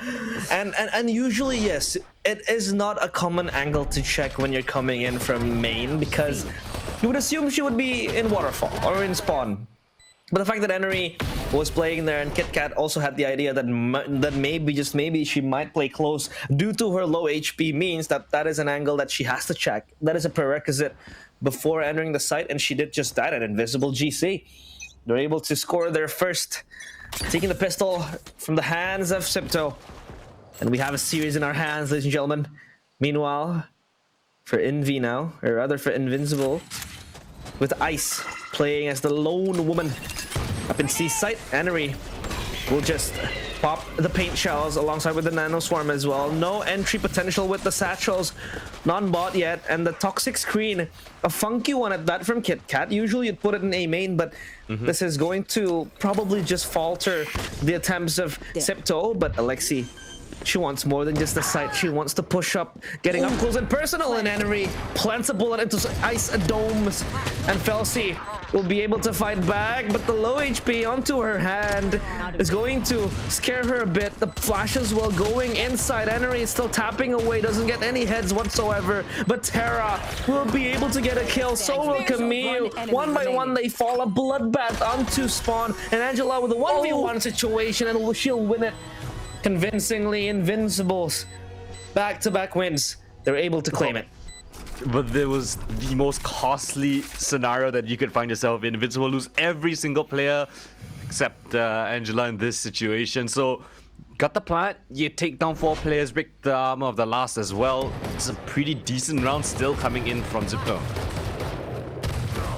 Yeah, this is actually very I'd say it's a 50-50 still for both teams, because this is something that is very characteristically you know, describable of XIPTO, is the fact that they like to push on towards back spawn, because they're never content with only getting the side. You know, XIPTO, they really want to get these angles and these duels going on. But the scan does reveal 2 players up in A main, and that information of course guaranteed. But the showstopper, where does it go? And doesn't really hit it, and Rosie is able to escape death. She cheats death, and she gets out unscathed, even no damage whatsoever towards her. Yeah, and now it's a bit of a stalemate. The full stack from Invincible is here towards this side. Man, what a shot from Felsi. Takes down Enery. And they're pretty committed to XIPTO all towards this tree position. The paranoia counters coming through. The smoke screen will just deter them for a bit of time. The flash comes in. Rosie flicks onto the head. But Alexi and Tara both answers with frags of their own. Shirazi as well picks up with the Felsi backside. And now it's just down to Ice in a 1 versus 3. Down towards the drop position. Sees the trails from the scan of the Fae, but not able to hit the shot though. And XIPTO, what seemed like a little bit of a dangerous start. At the very end, they close things out with 3 players standing. Yeah, good round from XIPTO, but I'm quite surprised. How did Enery pop the showstopper in round 3? that ultimate is very hard to farm, and the fact that she's able to get the ultimate, to get the rockets going in round number 3 is very men's. That's the highest of orders, but at least it didn't really hit anyone. But this time Invincible's GC, they want to contest Rebel control. They don't want to give it for free to XIPTO. The scan connects towards Shirazi, and she's forced to back away, especially with a deep smoke like that. C-site, though, will be the main focal point, the point of interest for XIPTO as they get the Trailblazer going. Information inside already. Ice revealed to be in spawn, and the flash coming out to pop the heads of Ice, but Ice will get one before she dies, and Alexi avenges the death of Enery, but Rosie fights back, punches the kills into the members of XIPTO. Alexi, though, still roaring to life with her kills, and the triple one for Alexi. Angela and Rosie coming in from back, or rather from the flanks. Will satchel into the site. Angela tripping.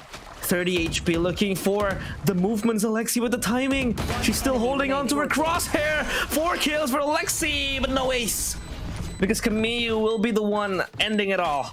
And XIPTO, they hold on to their post plants. Yeah, Alexi right there, teaming up with a partner in crime, I think Enery, pushing the CT position, trying to hunt down where Ice was playing. Ice with a good first one, but Alexi, the trades was sublime. I mean, she's always peeking in with the teammates. This time it was Camille flanking around from the smoke, finds a beautiful timing onto that Omen. And then the last one, of course, going in the hands of Camille. So XIPTO pull away with yet another round. They realized the heavy stack towards A. They went towards the side with only 1 player. And a bit of a change of a wall yet again. Look at this Viper's wall. Now it's more towards the choke points.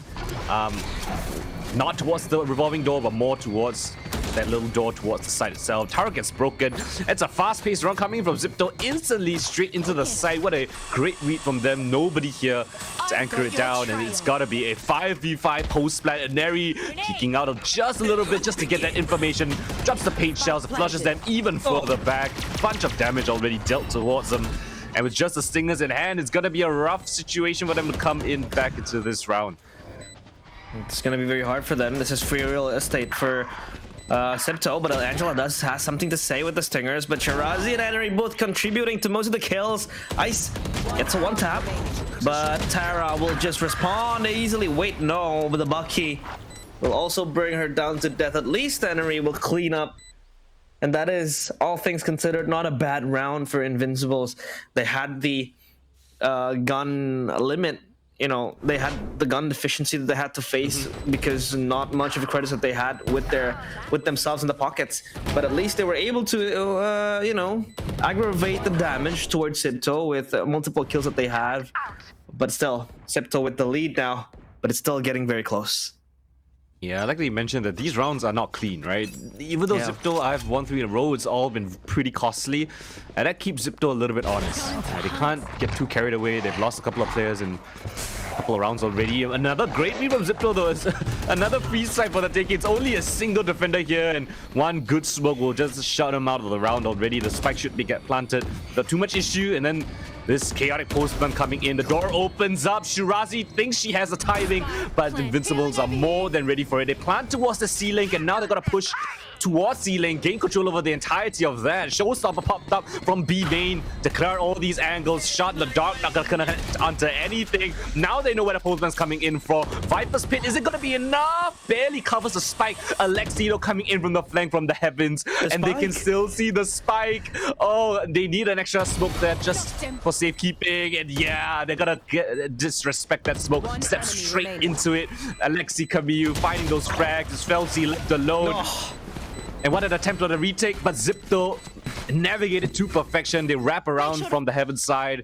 They play within their opponent's smoke, and they just deny Invincibles of a retake. The firing squad arrives in time to clean out the players of Invisible GC. But at least for XIPTO, they are steamrolling Colden, not only with this lead, but with that economical advantage that they are banking upon. Because look at the credits, 5k, 3k. This is going to build upon a very sustainable buy that they will have to face with in the next 2 or 3 rounds. Meanwhile, for Invincible GC, they're falling into this limbo of buy and eco, this cycle that won't stop unless they can get a win, maybe in the next few rounds. Now, Enery looking to farm again, her showstopper. After already popping it soon, she already nearly gets it again. I just want to bait out if won't get anyone. Yeah, I just want to bait out any utility, right? Tapping the alt orb, hoping to see if there's a trap play being set up, but they just grab the orb. They're gonna put Shirazi there just to, you know, feign a bit of presence, ensure that nobody takes back that mount control, and that's gonna keep 3 players of Invincibles there. They're pretty convinced it's gonna be a C play, but XIPTO have fully rotated all the way towards this A side, and there's nobody there yet again. Oof. Shirazi still trying to be the thorn inside of the players of XIPTO. She'll be the lurker, but she will rendezvous with her players now towards A side. She will meet them again, regrouping, and A side again. Colon uncontested, given to XIPTO on a silver platter. Good reads coming in from XIPTO as well. I agree, but Invincible now faced with an invincible task to clutch, or rather retake the site. The recon looking to get someone scanned, but the Prowler close by, forcing them to drop towards hell. The satchel will delay their movement, but Angela dropping left and right. There are people dropping down, and Invincible GC, they get their hands on the site, but Camille will try to hold as long as possible. Gets it to 2 kills, but Felsi with Isis, well, with the Sheriff in hand, roaring back to life. XIPTO, it's only Tara, the captain, having to hoist the flag of XIPTO, but Falsey will stick the fuse, but she will cancel it last minute. But the spike, the fuse, oh my goodness, so close. XIPTO, they get the clutch, they get the round, and it was all by the skin of their teeth. My goodness me, Tara took a gamble right there.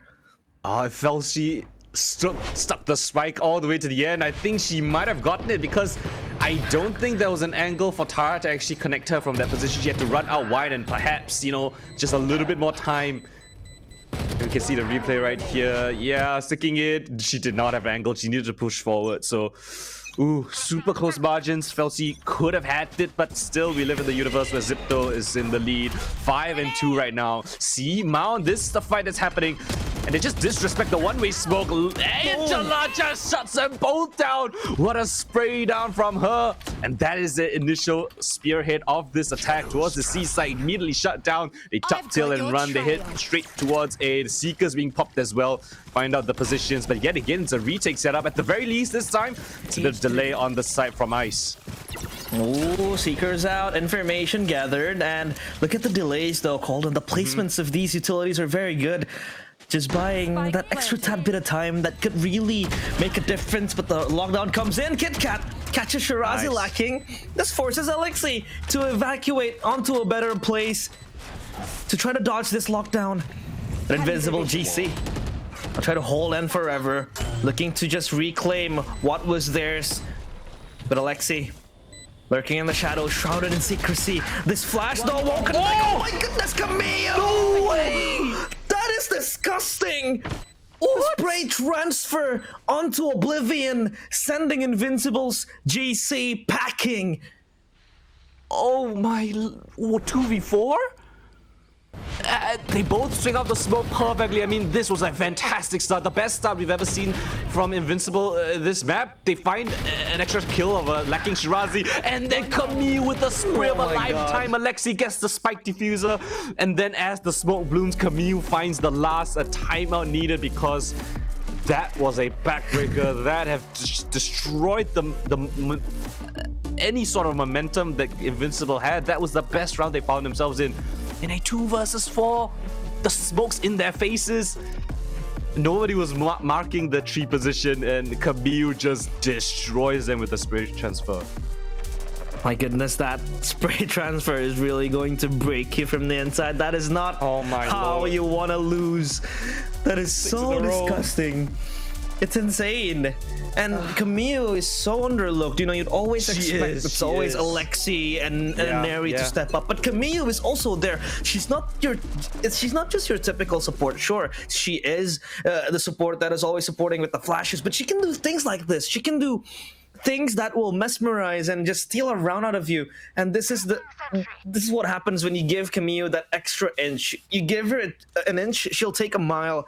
And she gives XIPTO their 6th round with what was an insane clutch. I mean, they have to just recollect themselves, right? You can't get your mental to get broken at this point in the map. But, I mean, XIPTO on the other side of things, they are feeling confident as ever. Nothing that they do is going wrong. I mean, everything they're doing is getting around on the board. Neri with the showstopper. Again, they're gonna push the issue. Deep smoke on both sides. Low buy on the side of Invincible. Another really tough round. They even gonna push the issue, force them even further back thanks to the paranoia. Yeah, on the flash paranoia forces Neri back with the C's as well. Good control, but the minimum buy will be a problem for Invincible GC. How will they hold any further? Angela with the Sheriff, rocking heads and falling with bodies as well. The judge won't really get anything. Oh, stopper misses, but there goes Shirazi with the clutch. Again, so close. Invincible GC having to make it happen twice, but XIPTO just shatters the mirror. And this time they are walking on eggshells. It was a 1v1 with Tara on that A side. It was a crazy 2v4 in the previous. And now down to a 2 versus 1. Shirazi plays up close and just destroys them. Oh my lord. I mean, Invincibles, they're so close, but yet they're so far. It's 7 rounds unanswered by XIPTO. And they've got an overflowing amount of ultimates that are just, you know, coming in one by one. Now they have the Empress and Lexi. You got the From the Shadows available. Camille's 2 of hers as well. They have a gun round this time, but yet again, XIPTO's reads have been perfect. It's an empty A site for the taking. They avoid the C push yet again. And it's Princess Alexi, make that Empress Alexi. And she's hunting for even more frags. Yeah, the Princess this time playing aggressively, controlling heaven. And ascending up to heaven as well. Shirazi though catches Felsi with her guard down. KitKat will pull one back, but Henry having to deal the damage out to Icy and Kamiyu getting KitKat. The heads keep on cracking away. XIPTO so good with these trades and with the kills as well. They get their 8th round. Invincible GC. This time they won't be fighting back. This time they are run to the ground by XIPTO, only having that 2 rounds in their hands. You always see XIPTO push in the post plan, right? You always see Aneri together with Alexi, especially in 5v5 post plans. Both of them, they will team up and they will push. That round right there, we didn't really see it from that perspective, but they pushed up towards the zip line. They wrapped around towards stairs and they cleared out any defender that was retaking for that position. So that allowed the entirety of XIPTO to focus on those flank players, and there was just no chance for them to win that. I mean, XIPTO right now looking like absolute stars, and that, you know, reputable first seed. Top team in Southeast Asia. Again, the C push comes in. This time, perhaps a chance. Ice with a nice frag there. They know that Alexi's going to be stuck here towards this B main position, towards mid. And yes, they find the kills, but it's still a post-plan situation. And I don't know how. They've planted on A. And Neri's in B heaven. She's going to cut off the entire rotate. First one found. Catches a second as well, but it puts her team in a much more doable 2v2 situation. Kamiyu's going to hear all the rotate coming in and the smoke. Oh, it's not great for them. Paranoia comes through. They're not going to expect Kamiyu's position. Beautifully timed out of the smoke. Tara with the first. Oh, sorry, Rosie with the first, but Tara's there for the trade as well. So team play upon heroics on XIPTO. Get them 9 in a row. They're looking for double digits at the first half. You can take a look at how close the gap is between XIPTO, but how did Henry make her way up there? Look at this. Kamiyu gets the kill, and then it's not on the replay, but she was instantly traded by Tara. Yeah. It was so fast. Their body system is so good. The gaps that they have between them is near close to none. They're so close to each other, gluing each other together, and this time XIPTO again reading it perfectly, reading Invincible's GC like a book, because A side is completely empty. It feels like they are stream sniping, having wall hacks on. And A side this time will be for the taking, but they're a bit concerned about this as well. Invincible has got to be questioning himself. Surely they come see this time. Surely they don't just send A yet again. Oh, but the Nightfall comes through. Alexi caught out in the open. Great frag coming in from Ice. The last remaining players are all stuck towards the side. Nobody towards this A rubble position. The smoke just to give them a little bit of cover, but they're all anchored in this spot. One good smoke and that will cut them off. The trip will reveal their positions, and the great wall right there. They take down Kamiyu and the rest. All 3 players stuck here. Viper Spit available, but they just take up the hits up 5. Angela with a tap of a century. Now Shirazi in a 1v3 clutch yet again. The neural theft just to find out that diffuser gets the first, but it's been body blocked. And oh, thank God for that, because that is a 3rd round on the board. Invincible. The first 2 of the half and the final one as well. That was a barn burner of a half, and I have to catch my breath. So panel, take it away. I'm still Thank you catching my breath. guys. 9-3 for XIPTO. They won 9 in a round and gave away the last one to Invincible, but I think we got to see why XIPTO played this 5 times and won it 5 times. Yeah, it's so crazy. I mean, there's so much going on. XIPTO, yes, still ridiculously strong. However, they did lose that pistol round, so that's something to think about, because they haven't been quite as clean, kind of like what Colden mentioned throughout the cast. They haven't been quite as clean throughout a lot of these rounds. One thing to note, though, is the fact that Aneri and Alexi actually swapped their Asian picks. The last time that they played this, Aneri was on the Reyna, and then Alexi was on the Raze. This time, it's flipped over. Aneri is the Raze this time. And you can see how it happens, because after those first 3 rounds, you know, even though they lost a pistol, Aneri already has to showstopper, right? She's that activated in this matchup, and she really, really wants to make it through to qualify for Game Changers Pacific. However, we cannot not talk about Angelofe, Jen. She's just really, really strong. You watch how she takes a lot of these fights, making a lot of these individual plays happen. Yeah, just thumbs up. She's been the key factor for Invincible for sure. But let's talk about pistols because we have another one coming up. Who's winning it? Oh, it's hard to say who's winning it for sure. Yeah. I mean, I honestly kind of feel like it might be Invincible just because it's 3 out of 4 today. Difference once we switch halves, you know, winning pistols and Invincible maybe pick up Lotus. I don't know, we'll have to see. So over to you, casters. Okay, very much. Thank you.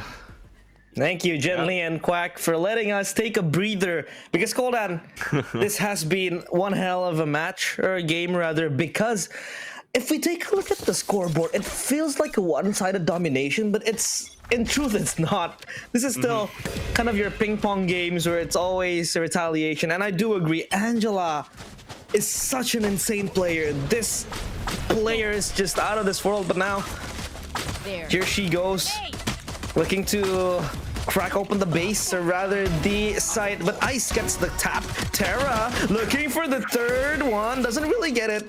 And Invincibles, they have control of site. It's just Camille looking to dig up some information. And the fast flank coming in, the deadly duo of the XIPTO squad. They have no idea whatsoever. Ice gets absolutely slammed back of the site. And Neri catches on to Rosie as well. And that is the pincer coming in from XIPTO. That flank came in extremely fast. As soon as the spike got planted, they were all ready towards that mount position. And that delay, the little bit of delay was all that XIPTO needed to formulate that pistol round. And speaking of pistol round, this is actually the first pistol XIPTO has won in this series. Indeed. Think about that. Invincible won the first 2 pistols on the first map. They won the first one on this map, and they so desperately needed this one as well, because now that you've given XIPTO the pistols, they've got them up to 10. It's going to be really rough from now on. And as you can see, they're going to force buy into the second round. They got the spike down. They desperately need those rounds. They desperately need this map. And they're going to give it all they've got in this round. Yeah, and you could take a look at the stingers, which can deal damage, but Shirazi, when you have an outlaw, a mini operator in that anti-eco round, of course, you will get shot to death, a bullet in the heart. And for Invincibles, GC, Falsey, will walk past close this smoke with the stinger as well in hand, looking to just clear the mount, because this part, or this choke point, is very tricky to play with. But XIPTO already conceiving that push up with the deadly duo of Venery and Alexi. But they are still not poised, still holding their ground. Look at this. The firing squad is here. What will happen, Colden? They're completely boxed in, right? XIPTO know exactly where every single one of their players are. And it's just a matter of time. It's who do you want to die to instead of what do you want to do. 3 players on C, or the top 2 on your flank. And here they go, they choose the C site. Barna comes through. No commitment just yet. And the longer they delay, the longer that they wait and buy time. Well, they don't even need the flank. They just get absolutely steamrolled as they execute onto the site. They lose that entry player of Angela early on the half, or early on the round, and they just don't have that entry power. They just trickle in. They find themselves in awkward angles, staring up at the ceiling. 3 players of XIPTO shooting bullets, raining straight down onto them. And you could take a look at how you described it perfectly, Colden. They are boxed in, they are caged.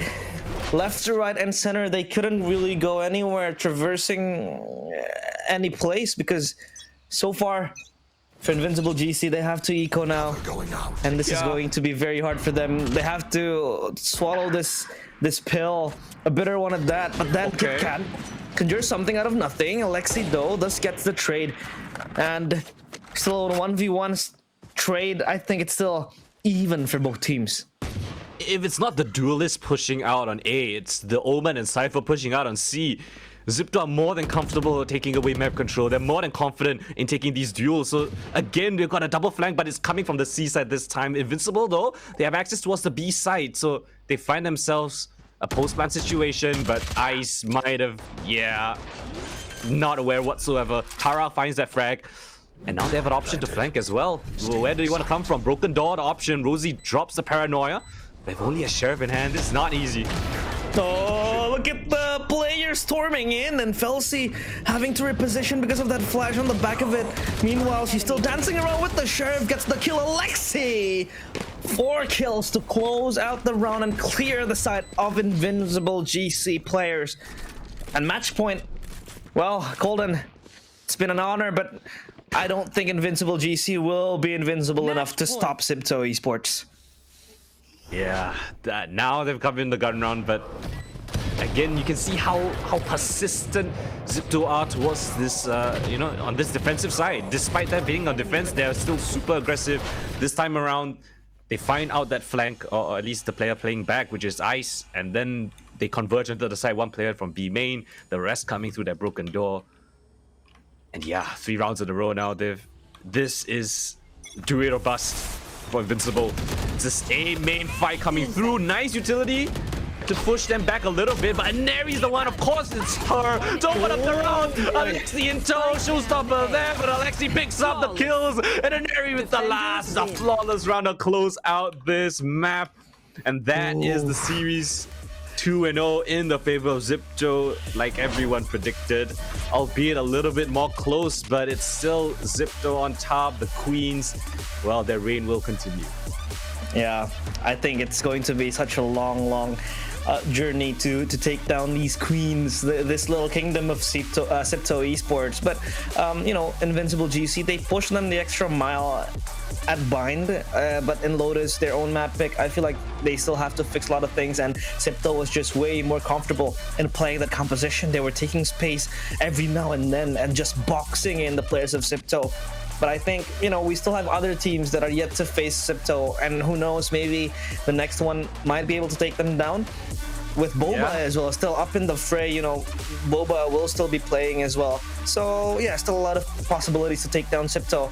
But this does mean, correct me if I'm wrong, XIPTO will be heading into Bangkok for the Game Changers, APAC, and Elite. And of course, they will be experiencing their LAN, an offline event, a tournament, which is something that they're not strange to, because they are familiar. They're familiar with this. They are acquainted with that LAN experience. They have been there in this world stage, in the international stage, facing teams like EG and Liquid. So I think they'll make an easy work out of this. Yeah, definitely. I mean, amazing job coming from XIPTO. That you put it succinctly. They are that experienced team. They've got themselves a ticket to Bangkok already, so I'm so excited for them. So excited to see them play on a LAN stage for the entirety of Pacific. But it's still not the end for Invincible, right? They still have a chance to work themselves into that 3rd place in that lower bracket. So not the end of the road for them. Still a lot of chances available, but it's got to be down the lower brackets, which can be a little bit scary. One loss and you're out, and there's a couple of really insane teams on there as well. But I think we can throw it back to our panel. So So guys, take it away.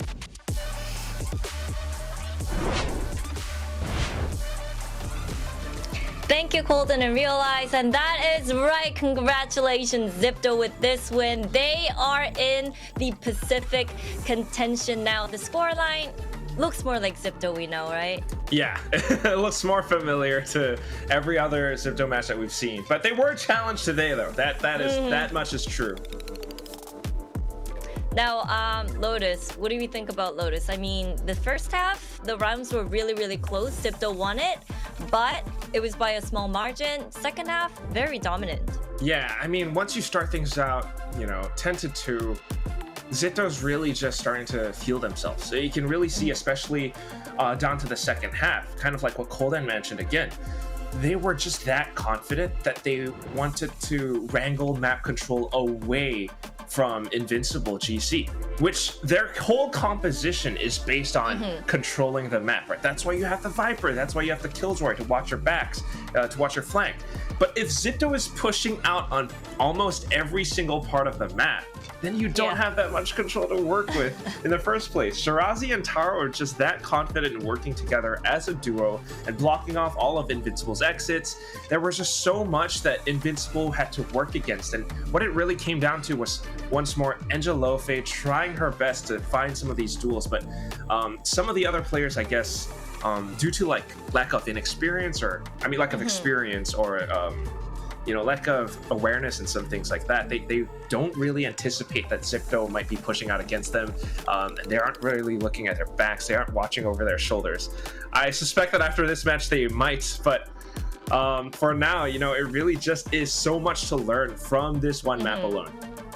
There was a little bit of difference from both teams when it comes to the fundamentals and the experience. But Invincible, getting the first kills, 10 first kills, but it just shows that XIPTO are a force to be reckoned with.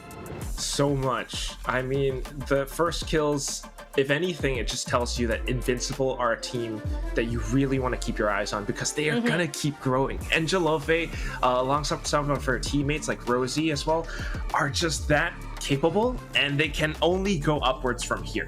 Meanwhile, for XIPTO Esports, they're already at the top, Jen. I don't know. I know. 9 out of 12 post plants. They might have lost 3 out of 4 pistols, but once they got going, they really got going. 3 rounds in a row right off the bat of the second half, and they just, took everything home. And now they're in the Game Changer right? Pacific. Yeah.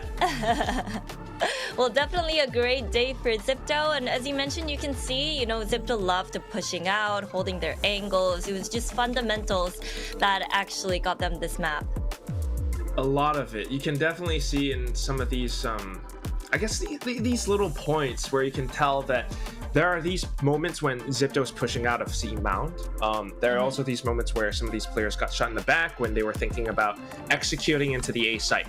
However, looking at everything else, especially the fights around the sites, more in particular, I can feel the one around A site closer towards tree. That's where there's the most red.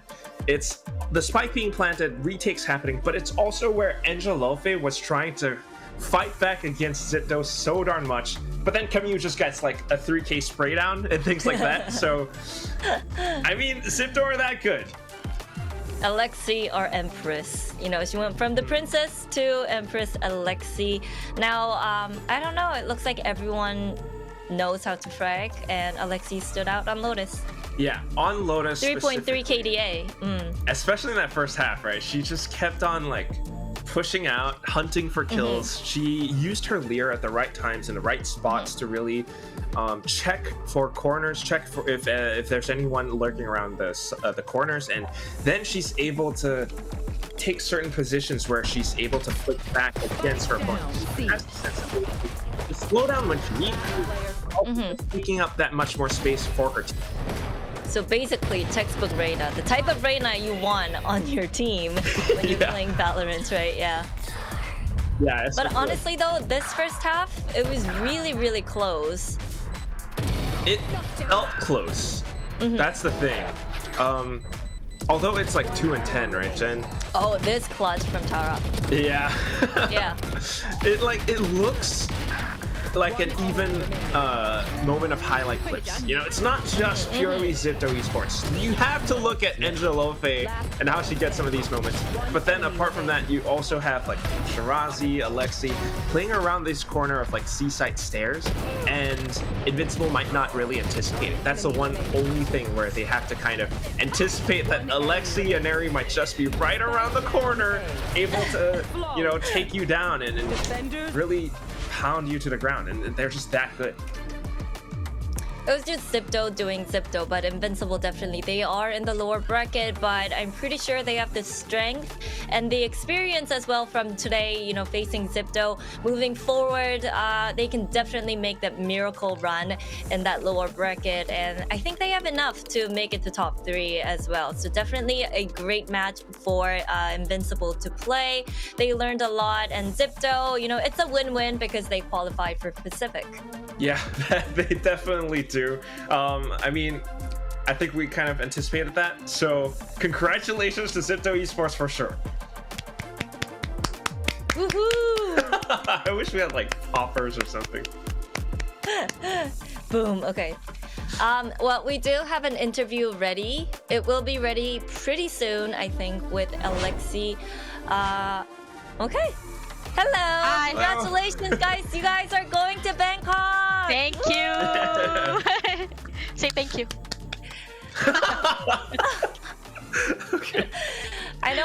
lots of people kind of knew you guys would make it, but now that you guys have officially done it, how excited are you guys? I think 10 out of 10 because we like to meet other regions as well. Yeah. 10 out of 10.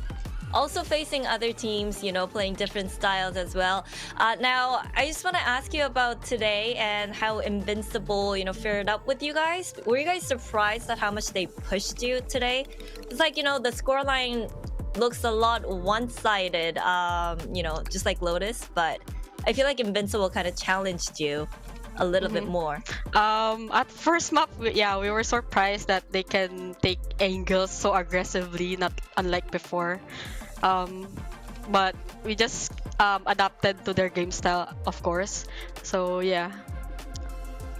Yeah, that's And like, pretty let's talk about Bind, right? Quack, you have a lot of questions. Yes, for sure. I mean, speaking of Vine, that's where you guys felt a little bit, I guess, challenged. But you also ran like a different composition, you know, as compared to your previous times that you played on Vine. You ran the deadlock. Like, what was the idea behind that? Where did that come from? I don't know. Just my coach just said, "Oh, just play deadlock." Then just okay. What? Kolvat just said that, and then you guys are like, Yeah. okay, that's it. Come on. He's blaming me. Congrats! Okay. But yeah, definitely. What do you think this agent offers, especially for you? You know, the Sorry, team. what? What do you think Deadlock and Cypher offers specifically for XIPTO? For us, I think it's more better because we can just stay at the side. No need to rotate fast and just do our thing, holding an angle. So it's more easier for us to like aim. Also, Yeah. activating a Neri, getting that 35 kills. Yeah. That was Oh, yeah. crazy. Oh, 35 kills. Congrats, whoop! But yeah, is there anything you guys are looking forward to for Pacific? I know you still have more matches coming up, but yeah. I think it's just Boba, I think. Yeah. We're looking forward to be against Boba. Oh, okay. But congratulations today on the win and also making it to Pacific, and good luck. Thank you. Good luck. Thank you. Thank Bye-bye. you. Hey.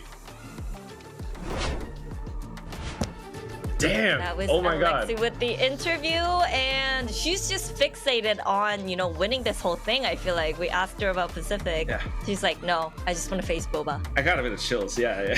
Yeah. They really want to Boba. play against We Boba. have to be Boba first. Even in like at Pacific, and then they have to play against Boba. That's also that's a little bit spicy.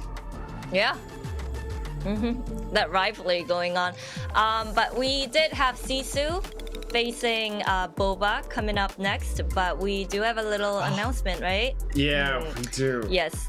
Unfortunately, we will be postponing the second match of today. There will be additional series on Sunday at 12 p.m. before the grand finals at 3:30 p.m. And it's due to the climate issues over in Philippines. You know, 4 players are affected by the floods. So with no electricity and, you know, it's fine. I hope everyone's safe, you know, safety first. And I hope that everyone can be back sound and safe and all motivated to play, right, Quack? For sure. I mean, I hope everyone stays safe, and that's the biggest, most important thing. But also, apart from that, just in case you didn't, you know, listen to what Jen said, you can follow the FSL socials on Instagram and Twitter, Facebook, everywhere, just so that you stay up to date with the current scheduling for the future matches, whether or not it's going to be, you know, it's not going to be tomorrow. There's going to be an extra match on Friday, and then in for Sunday as well. But yeah, XIPTO definitely won today. They made it to Pacific, securing their spot in top 3. We have Elimination Day coming up tomorrow, I believe, right? That's right. It's gonna be. Actually, I'm a little bit confused now with how the schedule might be. But yes, there's definitely gonna be some elimination matches coming up next, and that's gonna be between like Lilacs and CBD or Cardboard Dinosaur.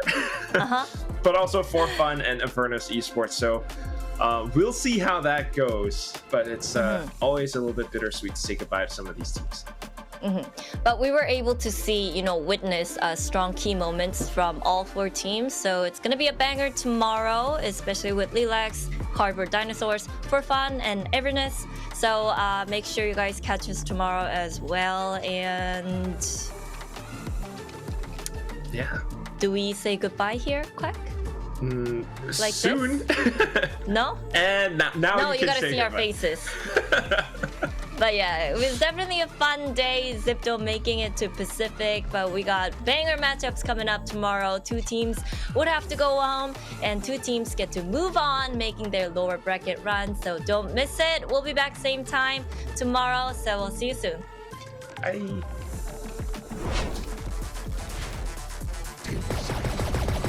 One enemy remaining. Spike planted. Last player standing. Hide. One enemy remaining. One enemy remaining. Delete. One enemy remaining. Down B. One enemy remaining. Good, Guardian. Ready.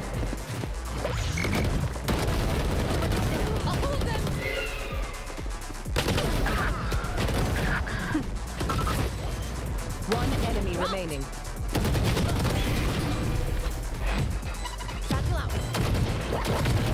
One enemy. Spike down. C. Last player.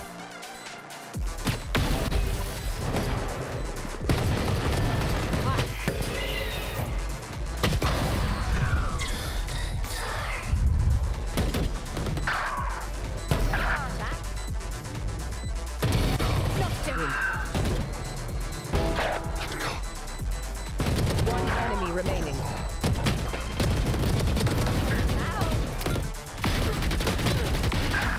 One enemy remaining. We're done here. Charges left. Last player standing. One enemy remaining.